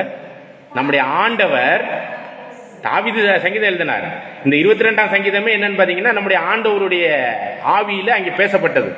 ஆண்டவருடைய வாழ்க்கை. இன்னும் சொல்ல போனா நம்முடைய ஆண்டவர் பிதாவுடைய நாமத்தை அவருடைய சகோதரர்களா இருந்த அப்போஸ்தலர்களுக்கு சொன்னாரா? அப்ப என்ன பண்ணார்? செஞ்சார். புரியுதா புரியலீங்களா? என்னுடைய பிதாவினுடைய நாமத்தை என் சகோதரர்களுக்கு என்ன சொல்லுங்க பிரதர்? அப்ப அறிவித்து சகோதரர்கள் நாம தான் அந்த சபையா இருக்கிற நமக்கு மட்டும்தாங்க இந்த பேரினுடைய தன்மைக்குரிய முத்திரிக்கப்படுதல்ங்கிறது புரிய வருது. பேர் எல்லாருக்கும் தெரியும். ஆனா அவருடைய நாமத்தை நம்முடைய ஆண்டவராய் யாசுவா மெசியா அவருடைய சீசர்களுக்கு எப்பயாச்சும் சொன்னாரா? பிதாவினுடைய நாமத்தை சொல்லல, செஞ்சு காமிச்சாரு. நான் என்னை கண்டவன் பிதாவை கண்டான். நான் என்னுடைய செயல்பாடெல்லாம் யாருடையது? கொலைசீர் 1:15 படிக்கிறோம். காணாத தேவனுடைய காணக்கூடிய சொரூபம் அப்படின்னா என்னதுங்க? அந்த பேருக்கான வாழ்க்கையை பூமியிலே வாழ்ந்து காமித்த நம்முடைய ஆண்டவர். அதான் என்னதுங்க? பேரை சகோதரர்களுக்கு வெளிப்படுத்தி. அப்படின்னா யெகோவாங்கிற பேரை போய் சொல்லிட்டோங்கிறது எல்லாம் இல்லை. அதை ஜெகோவா விட்னஸ் பண்ணிக்கிட்டு இருக்காங்க. அது வேஸ்ட். நம்ம வேதமானவர்களும் அந்த திருத்துவ பாடத்தில் அதை தான் பெரிய உச்சிதமான ஒரு விஷயமா சொல்லி ஜெகோவா விட்னஸ் மாதிரியே அதை அப்படியே க்ளோஸ் பண்ணிடுறாங்க. விஷயம் என்னன்னா, இந்த முத்திரிக்கப்பட்டு தீருதல்ங்கிற விஷயத்தை நம்முடைய வாழ்க்கை நிருபமாக பிதாவினுடைய நாமத்தை மகிமைப்படுத்த, பரிசுத்தப்படுத்த, அவருக்குரிய பயப்படுதலுக்குரிய, அவருக்குரிய எல்லா நீதிக்குரிய, ஞானத்துக்குரிய, அன்புக்குரிய, அவருடைய என்ன சொல்றது, வல்லமைக்குரிய விஷயத்தெல்லாம் கொண்டு போய் சேர்க்க வேண்டியது யாருங்க? எப்படி? வாழ்க்கை. சத்தியம் பேசுறது இல்ல அன்புக்குரியவர்களே, வாழ்க்கை. அதுதான் முத்திரிக்கப்பட்டது நெத்தியில. புரிஞ்சிருச்சிங்களா? ஏன்னா இந்த பாடம் ஏன் நம்ம இதை எடுத்தோம் அப்படின்னு பாத்தீங்கன்னா, இதை இப்படி சொல்லி வேதமானவர்கள் மத்தியில் ஒரு பெரிய பிரச்சனையை உண்டாக்கி கொண்டிருக்கிற ஒரு சில பேர் நம்ம வேதமானவர்களுக்குள்ள வந்துட்டாங்க. ஏன்னா கடைசி நாட்களில் இப்படி ஆளுகள்லாம் நிறைய வருவாங்க, வந்திருக்கிறாங்க, வந்து நம்மளை அநேகரை வஞ்சித்து இருக்கிறாங்க. அந்த வஞ்சனையில் இந்த பாடத்தின் அடிப்படையில் நம்ம முத்திரிக்கப்பட்ட அந்த ஜீவியத்தினுடைய பேரை உடையவர்களாய், பிதாவினுடைய பேரை உடையவர்களாய் வாழ வேண்டும் என்பதுதான் முத்திரிக்கப்பட்டது. பேர் இன்னைக்கு உலகத்துக்கு எல்லாருக்குமே தெரியுங்க, யெகோவாவினுடைய நாமம். சரிங்களா? தேவன் தாமே கிருபையோடு நம்மளை ஆசீர்வதிப்பாராக. ஆமென்.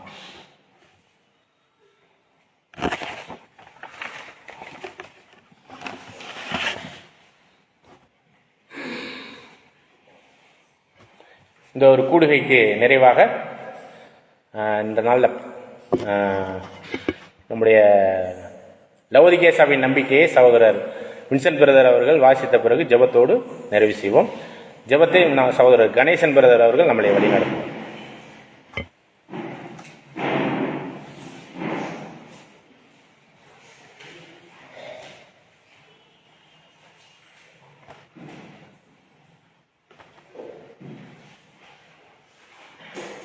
லவோதிக்கேய சபையின் நம்பிக்கை அதிக உறுதியான தீர்க்க தரிசன வசனத்தின் அடிப்படையிலும் மகா பரிசுத்தமான விசுவாசத்தின் அடிப்படையிலும் பிதாவாகிய தேவனின் சித்தத்தின்படி யாசுவா மேசியா இப்பொழுது 2ஆம் வருகையில் வந்து 1000 வருட அரசாட்சி செய்து கொண்டு இருக்கிறார் என்றும் நம்புகிறோம்.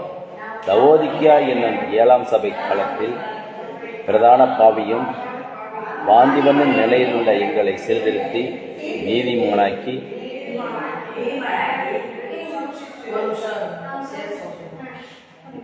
புடமிட்டு சிட்சித்து சுத்திகரித்து ஆட்டுக்குட்டியானவருக்கு முன்பாக உத்தமமான மனவாட்டியாக ஆயத்தம் ஆகிறோம் எனவும் நம்புகிறோம். மேலும் ஜீவ பலியாகவும் பரிசுத்த பலியாகவும் எங்களை மாமிச சரீரத்தில் பலி செலுத்தத்தக்க புத்தியுள்ள ஆராதனையை செய்வதில் தேவ இரக்கத்திலும் விசேஷித்த ஒப்புரவாகுதலிலும் நல் மனசாட்சி உடன்படிக்கையின் பொருத்தனைகளை நிறைவேற்றுதலிலும் தேவனாய் எங்களுக்கு எல்லாம் நிறைவேறும் என நம்பி சத்தியத்திற்கு தூணும் நற்சாட்சியும் உள்ள பரிசுத்தவான்களின் சபையாகிறோம் எனவும் நம்புகிறோம். பழைய மனிதனையும் அவன் செய்கைகளையும் ஒழித்து புதிய மனிதனின் சக அங்கங்களின் சகோதர சிநேகத்தில் தலையாகிய கிறிஸ்துவில் அன்போடு சத்தியம் என்னும் கணுக்களினால் இணைந்து வளர்வதில் நம்பிக்கை கொண்டுள்ளோம். இச்சையினால் தீமை நிறைந்த உலகத்தில் உண்டான கேட்டுக்கு தப்பி பிதாவாகிய தேவனின் பூரண சற்குணத்தின் நற்குணசாலிகளாக வேத வாக்கியங்களின் நிதானமாக தினந்தோறும் பகுத்து ஆராய்ந்து பார்த்து உத்தமனாகும் படிக்கும் கிறிஸ்துவின் சாயலுக்கு ஒப்பானவர்கள் ஆகும்படிக்கும் பிரதிஷ்டைக்குரிய தேவ வல்லமையான பரிசுத்த ஆவியால் அபிஷேகத்தின் புதிய மனிதனை கிறிஸ்துவுக்குள்ளாக உறுதியாக தரித்துக் கொண்டதை நம்பி பரிசுத்த அழைப்பின் பங்காளிகள் எனவும் நம்புகிறோம். நீதி, பரிசுத்தம், உண்மை, சமாதானம், சந்தோஷம், நற்குணம், நீடிய பொறுமை, தயவு, இரக்கம், விசுவாசம், சாந்தம் மற்றும் இச்சை அடக்கம் ஆகிய ஏராளமான அன்பு என்னும் கனியோடு நாங்கள் அதிக ஜாக்கிரதையில் விசுவாசத்தோட தைரியமாய் ஞானத்தில் வளர்ந்து அதனால் இச்சை அடக்கத்தோட பொறுமையும் மேலும் தேவ பக்தியினால் சகோதர சிநேகத்தில் மேலான அகாப்பே அன்பில், அதாவது எதிரியை அன்பு செய்யவும் வாய்ப்பு கிடைத்தால் கிறிஸ்து போல் ஜீவனை கொடுக்கவும் அன்பில் பெருகி முழுமையான மனத்தாழ்மையில் எங்கள் அழைப்பையும் தெரிந்து கொள்ளுதலையும் உறுதிப்படுத்திக் கொண்டு நல்ல போராட்டத்திலும் ஓட்டத்திலும் விசுவாசத்திலும் முடிவு பரியந்தம் நிலைநிற்போம் என கர்த்தராகிய யாசுவா மேசியாவின் மூலம் பிதாவை நம்புகிறோம். ஆமென். பாடலின் 149 ஒரு தாய் தேற்றுவது போல் அதில் உள்ள கடைசி ஸ்டான்ஸாவோட பாடி நிறைவு பண்ண பிறகு சகோதரர் கணேசன் பிரதர் அவர்கள் நம்மளை ஜெபத்திலே வழி நடத்துவார். ஒரு தாய் தேற்றுவது போல் என் நேசர் தேற்றுவார். ஒரு தாய் தேற்றுவது போல் என் நேசர் தேற்றுவார். ஒருபோதும் கைவிடார், ஒரு நாளும் விலகிடார், ஒருபோதும் விலகிடார், ஒரு நாளும் விலகிடார். ஒரு தாய் தேற்றுவது போல் என் நேசர் தேற்றுவார்.